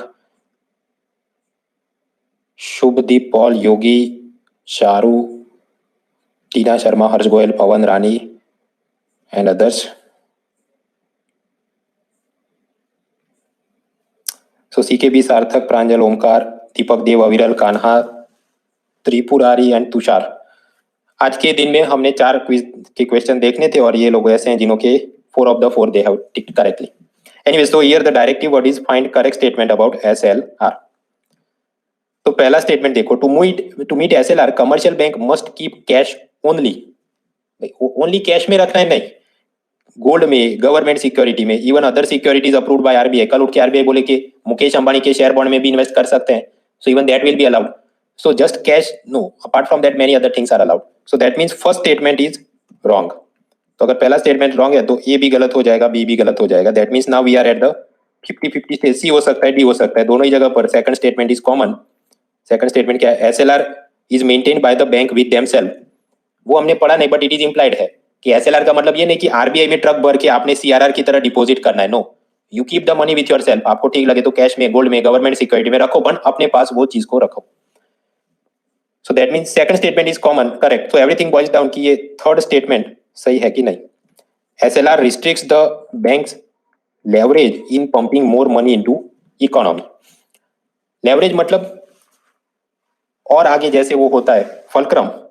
suppose एक पत्थर है और उसको आपने इधर कुछ आपने ऐसा एक और रखा है, then using a particular stick if you try to push it, तो ये जितना ज्यादा बड़ा होगा उतना आप आसानी से उसको कर सकते हैं। सो SLR restricts the leverage of pumping more money into economy. Well, the answer is yes. Suppose ये CRR SLR कलेक्टिवली 22 से बढ़ा के 40 कर देंगे तो बैंकों के पास लोनेबल फंड पहले से डिक्रीज हो जाएंगे, तो अपने आप उनकी वो कैपेसिटी है जो M3 मनी सप्लाई और वो सब करने की, it will be restricted. So yes, third statement is correct. So the answer is C, 2 and 3 they are the correct statements. अभी तो CRR is in the range of 4%, SLR is in the range of 18%, but ये राजीव गांधी, इंदिरा गांधी के time में वो बहुत ज्यादा रहते थे। फॉर एग्जाम्पल CRR एक जमाने में हाईएस्ट 15% था, 15%। मतलब डिपॉजिट में 100 रुपए आए तो 15 रुपए तो एक बाजू रखो, RBI भी आपको इंटरेस्ट पे नहीं करेगी and you can not loan it to anyone. ऐसा क्यों करते होंगे? क्योंकि वो जमाने में RBI को डर लगता था कि पूरी बैंकिंग सिस्टम कोलैप्स हो जाएगी, बहुत सारे स्कैम और धांधली चलती थी। So high level of CRR was kept as backup. और उसी के चलते आप याद करिए वो ग्राफ में भी जो के सुब्रमण्य ने बताया, हार्डली 3 to 4 टाइम्स ही हमारा CRR मनी मल्टीप्लायर रहता था। Why? Because at that time CRR used to be very high, so money multiplier was low. SLR भी presently it is in the range of 18%। एक जमाने में हाईएस्ट 38% था ये इंदिरा गांधी, राजीव गांधी के टाइम में। ऐसा क्यों? आप याद करिए, SLR का मतलब है कैश, गोल्ड, गवर्नमेंट सिक्योरिटी में वो पैसा इन्वेस्ट कर सकती है बैंक। तो जानबूझकर RBI वाले SLR को बहुत ज्यादा रखते थे ताकि बैंकों के ऊपर एक जात का फोर्स या कंपल्जन हो जाए कि डिपॉजिटर्स का ज्यादातर पैसा वो गवर्नमेंट सिक्योरिटी में इन्वेस्ट कर ले, because to meet with this particular norm. Because उस जमाने में ये गरीबी हटाओ और ये वो करके द गवर्नमेंट स्कीम बहुत ज्यादा चलती थी, तो उसको फाइनेंस करने के लिए गवर्नमेंट को पैसा बोरो करना पड़ता था, बोरो करने के लिए गवर्नमेंट सिक्योरिटी। लेकिन कोई खरीदे नहीं तो क्या करेंगे, इसलिए कंपल्जन में SLR बढ़ा दो and then they used to pay some play this type of indirect game. But you can see that suppose 100 rupee में से CRR SLR के नाम पर इतना सारा पैसा एक बाजू रहता है, तो रियली जिसको लोन में पैसा चाहिए उसको लोन में मिलने के लिए कितना बचा? हार्डली 47। मतलब डिपॉजिट का हाफ से भी, आधे से भी कम पैसा लोन में घुमा सकते थे बैंक वाले। तो स्वाभाविक है ऐसी परिस्थिति में अगर स्टेट बैंक ऑफ इंडिया को कुछ प्रॉफिट मार्जिन अपना रखना होगा, वो क्या करते होंगे? कोई भी लोन 12% नहीं, 20% में 25% इंटरेस्ट रेट, उस पर शायद 30% इंटरेस्ट रेट चार्ज करते होंगे। बट अगर लोन इतने महंगे होंगे, लोन आर सो एक्सपेंसिव, तो आप सोच ही सकते हैं फिर business expansion, job creation, GDP वो सब इंप्रूव नहीं हो पाएगा। एंड एज अ रिजल्ट अगर लोगों को जॉब नहीं मिलेगा तो वो इनकम टैक्स कैसे पे करेंगे? तो even tax collection will be low. So it was like a very vicious cycle. क्या धीरे धीरे फिर तो अब RBI ने SLR CRR कम करना शुरू किया। Now we look about the SLR cuts, but उससे पहले एक चीज समझिए, क्वार्टर्स। क्वार्टर का मतलब क्या? एक सर्कल है, उसमें क्वार्टर किए तो हर एक में कितने आएगा? 25 या 1/4 ऑफ द एंटायर थिंग। तो अगर एक साल के अंदर इफ देयर आर 12 मंथ्स तो क्वार्टर में कितना आएगा? 3 3 3 3 3 3 टाइम्स 4 इज 12। तो फर्स्ट क्वार्टर बोला जाता है अप्रैल से जून का महीना, अप्रैल में जून, दिस वन इज Q1। फिर सेकंड क्वार्टर मतलब जुलाई से सितंबर, ये हो गया Q2। फिर थर्ड क्वार्टर अक्टूबर टू दिसंबर, ये हो गया Q3। और फिर Q4 आएगा जनवरी, फरवरी, मार्च, यानी ये हो गया Q4। तो कई बार आप न्यूज में देखें क्वार्टर क्वार्टर मतलब क्या, ये 3-3 महीने में क्या ग्रोथ रेट है या क्या अप डाउन या कुछ हुआ, tax collection XYZ thing, they will talk about it. खैर, तो एक जमाने में इन 1991 SLR वाज वेरी हाई, 38.50%। ये SLR का पावर RBI को किधर से मिलता है? From the banking regulation act. वहां पर ये लिखा है कि मैक्सिमम एसएलआर 40% से ज्यादा नहीं हो सकता। तो मतलब 38 तक तो ले गए थे, बट ऐसा भी नहीं 50-60 नहीं कर सकते, मैक्सिमम कानून में लिमिट है, not more than 40%। Floor is nothing, मतलब ऐसा नहीं कि 4% से कम नहीं हो सकता है, 20% से कम नहीं हो सकता, आरबीआई चाहे उतना रिड्यूस भी कर सकते, देयर इज नो फ्लोर कि इससे कम नहीं हो सकता, मिनिमम लिमिट जैसा नहीं। Anyway, so over the period of time ये एसएलआर मतलब क्या, बैंक ने डिपॉजिट का कुछ portion cash, gold, government security and other securities approved by RBI में रखना था, तो वो कम करते गए portion, so it has been falling down. फिर आरबीआई ने समवेयर इन 2018 अनाउंस किया कि आगे चल के हम लोग धीरे धीरे धीरे क्वार्टरली बेसिस पर इसको 25 बेसिस पॉइंट्स यानी 0.25% रिड्यूस करेंगे। 1% का मतलब होता है 100 बेसिस पॉइंट, तो 25 बेसिस पॉइंट का मतलब क्या है, इट मीन्स 0.25%। हर एक क्वार्टर में मतलब 3-3 महीने पर एसएलआर को हम लोग कट करते रहेंगे। ये देखिए हो रहा है 19.50 से उसमें 0.25 आप कम करो तो इतना हुआ, फिर इतना, फिर इतना, फिर इतना। प्रेजेंटली ये जो उन्होंने एक टाइम टेबल बनाया कि हर 3-3 महीने पर काटेंगे, उस टाइम टेबल के हिसाब से हम लोग इधर है 18.20, प्रेजेंटली इट इज 18.25%। और आगे चल के अल्टीमेटली 2019 के क्वार्टर 4 के बाद क्या आएगा, 2020 का क्वार्टर 1, उस वक्त ये होगा 18%। और आरबीआई ने बोला कि उसके बाद कम करना है कि नहीं, that we will see, but advance में यहां तक तो प्लान है ही कि 18% तक ले जाएंगे। ऐसा रिड्यूस करने का क्या कारण है, because it will increase the loanable funds with the bank और इकोनॉमी को ग्रोथ में मदद करे। और साथ ही साथ एक दूसरा भी कारण है, to comply with the Basel 3 norms on liquidity coverage ratio and high quality liquid asset.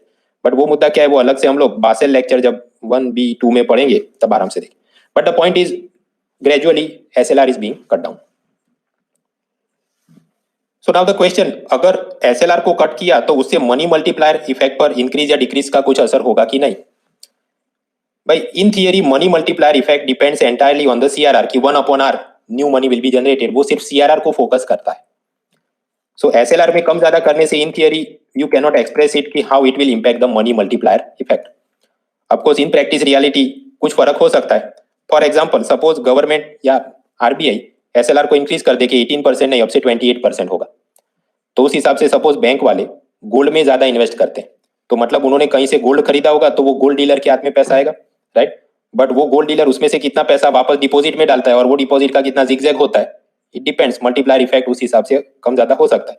अब सिमिलरली सपोज बैंकों ने गवर्नमेंट सिक्योरिटी में एसएलआर के नाम पर पैसा इन्वेस्ट किया, तो गवर्नमेंट उसमें से स्टाफ सैलरी में पैसा देगी, स्टाफ वाले वो बैंक में डालेंगे, उसमें से कितना जाए, बट वो सारी बीरबल की खिचड़ी टाइप की चीज है, उसको हम मैथमेटिकल फॉर्मूला में एक्सप्रेस नहीं कर सकते, जैसे कि सीआरआर को एक्सप्रेस कर सकते थे कि 1/r new money will be generated. So will not waste time on all that Birbal की khichdi, how it will impact. Anyway, so reserve ratio उसमें सीआरआर एसएलआर पढ़ लिया, बट सीआरआर के दो मिसेलेनियस कंपोनेंट पढ़ने बाकी है जो अभी हम खत्म करेंगे। एक है डीमोनेटाइजेशन के बाद इंक्रीमेंटल सीआरआर, और अभी 2020 में बोल रहे हैं सीआरआर एग्जेम्पशन फॉर 5 years। ये क्या है, 1 by 1 we will see and then the class will be over. So CRR का मतलब क्या था, इट मींस बैंकों ने डिपॉजिट का उतना पोर्शन कैश में एक तरफ रखना था, एक तरफ मतलब कहाँ, आरबीआई में रखना था। वो बैंक वाले खुद से किसी को लोन में नहीं दे सकते, कहीं पर इन्वेस्ट नहीं कर सकते, जब आरबीआई को मिलेगा आरबीआई अपनी मर्जी से उसको लोन में दे, that is RBI prerogative and it is mandated under the RBI act. तो एक जमाने में 1990 में ये सीआरआर भी 15% था, वेरी हाई। फिर धीरे धीरे आरबीआई को लगा इसको कम करेंगे तो इकोनॉमी को अच्छा हो सकता है, इन बिटवीन थोड़ा बढ़ाया भी था to prevent some type of excessive crisis and inflation, but फिर वापस कम करके presently it is in the range of 4%। एक जमाने में ये आरबीआई एक्ट में कुछ लिमिट थी कि सीआरआर 3% से कम भी नहीं हो सकता और 20% से ज्यादा भी नहीं हो सकता, मतलब CRR ceiling 20%, CRR floor 3%। But 2007 में वो सब हटा दिया, मतलब अब अगर आरबीआई चाहे तो 0 भी कर सकता है या 50 भी कर सकता है, it is their prerogative. But हमने ये सब याद करने की यहाँ पर जरूरत नहीं है, वो बैंकिंग एग्जाम के लिए देखना चाहिए, not for UPSC exam. Anyways, so the next topic is incremental CRR, वो क्या है। बिफोर डीमोनेटाइजेशन 2016 नवंबर की नोटबंदी से पहले सपोज सीन ऐसा था, जनता ने स्टेट बैंक ऑफ इंडिया में 100 रुपए डिपॉजिट किए और एसबीआई उसको 7% डिपॉजिट पर इंटरेस्ट रेट पे करा है। और सपोज ये सीआरआर एसएलआर कलेक्टिवली 22 रुपीज है, तो 100 में से उतना पैसा एक तरफ गया और बाकी लोनेबल फंड कितने बचे, 78 रुपीज बचे, जो कि सपोज एसबीआई वाला 12% इंटरेस्ट रेट पर किसी को लोन में दे रहा है। This is the scene before demonetization. अचानक से ऑन दी नवंबर 2016 गवर्नमेंट ने क्या कहा, आपके पास जो 500 और 1000 के नोट हैं उसको बंद किया जाता है, you have to deposit them into banks, और उसके सामने बैंक वाले आगे चल के आपको नए नोट या दूसरे 100 या ऐसे नोट आपको देगा।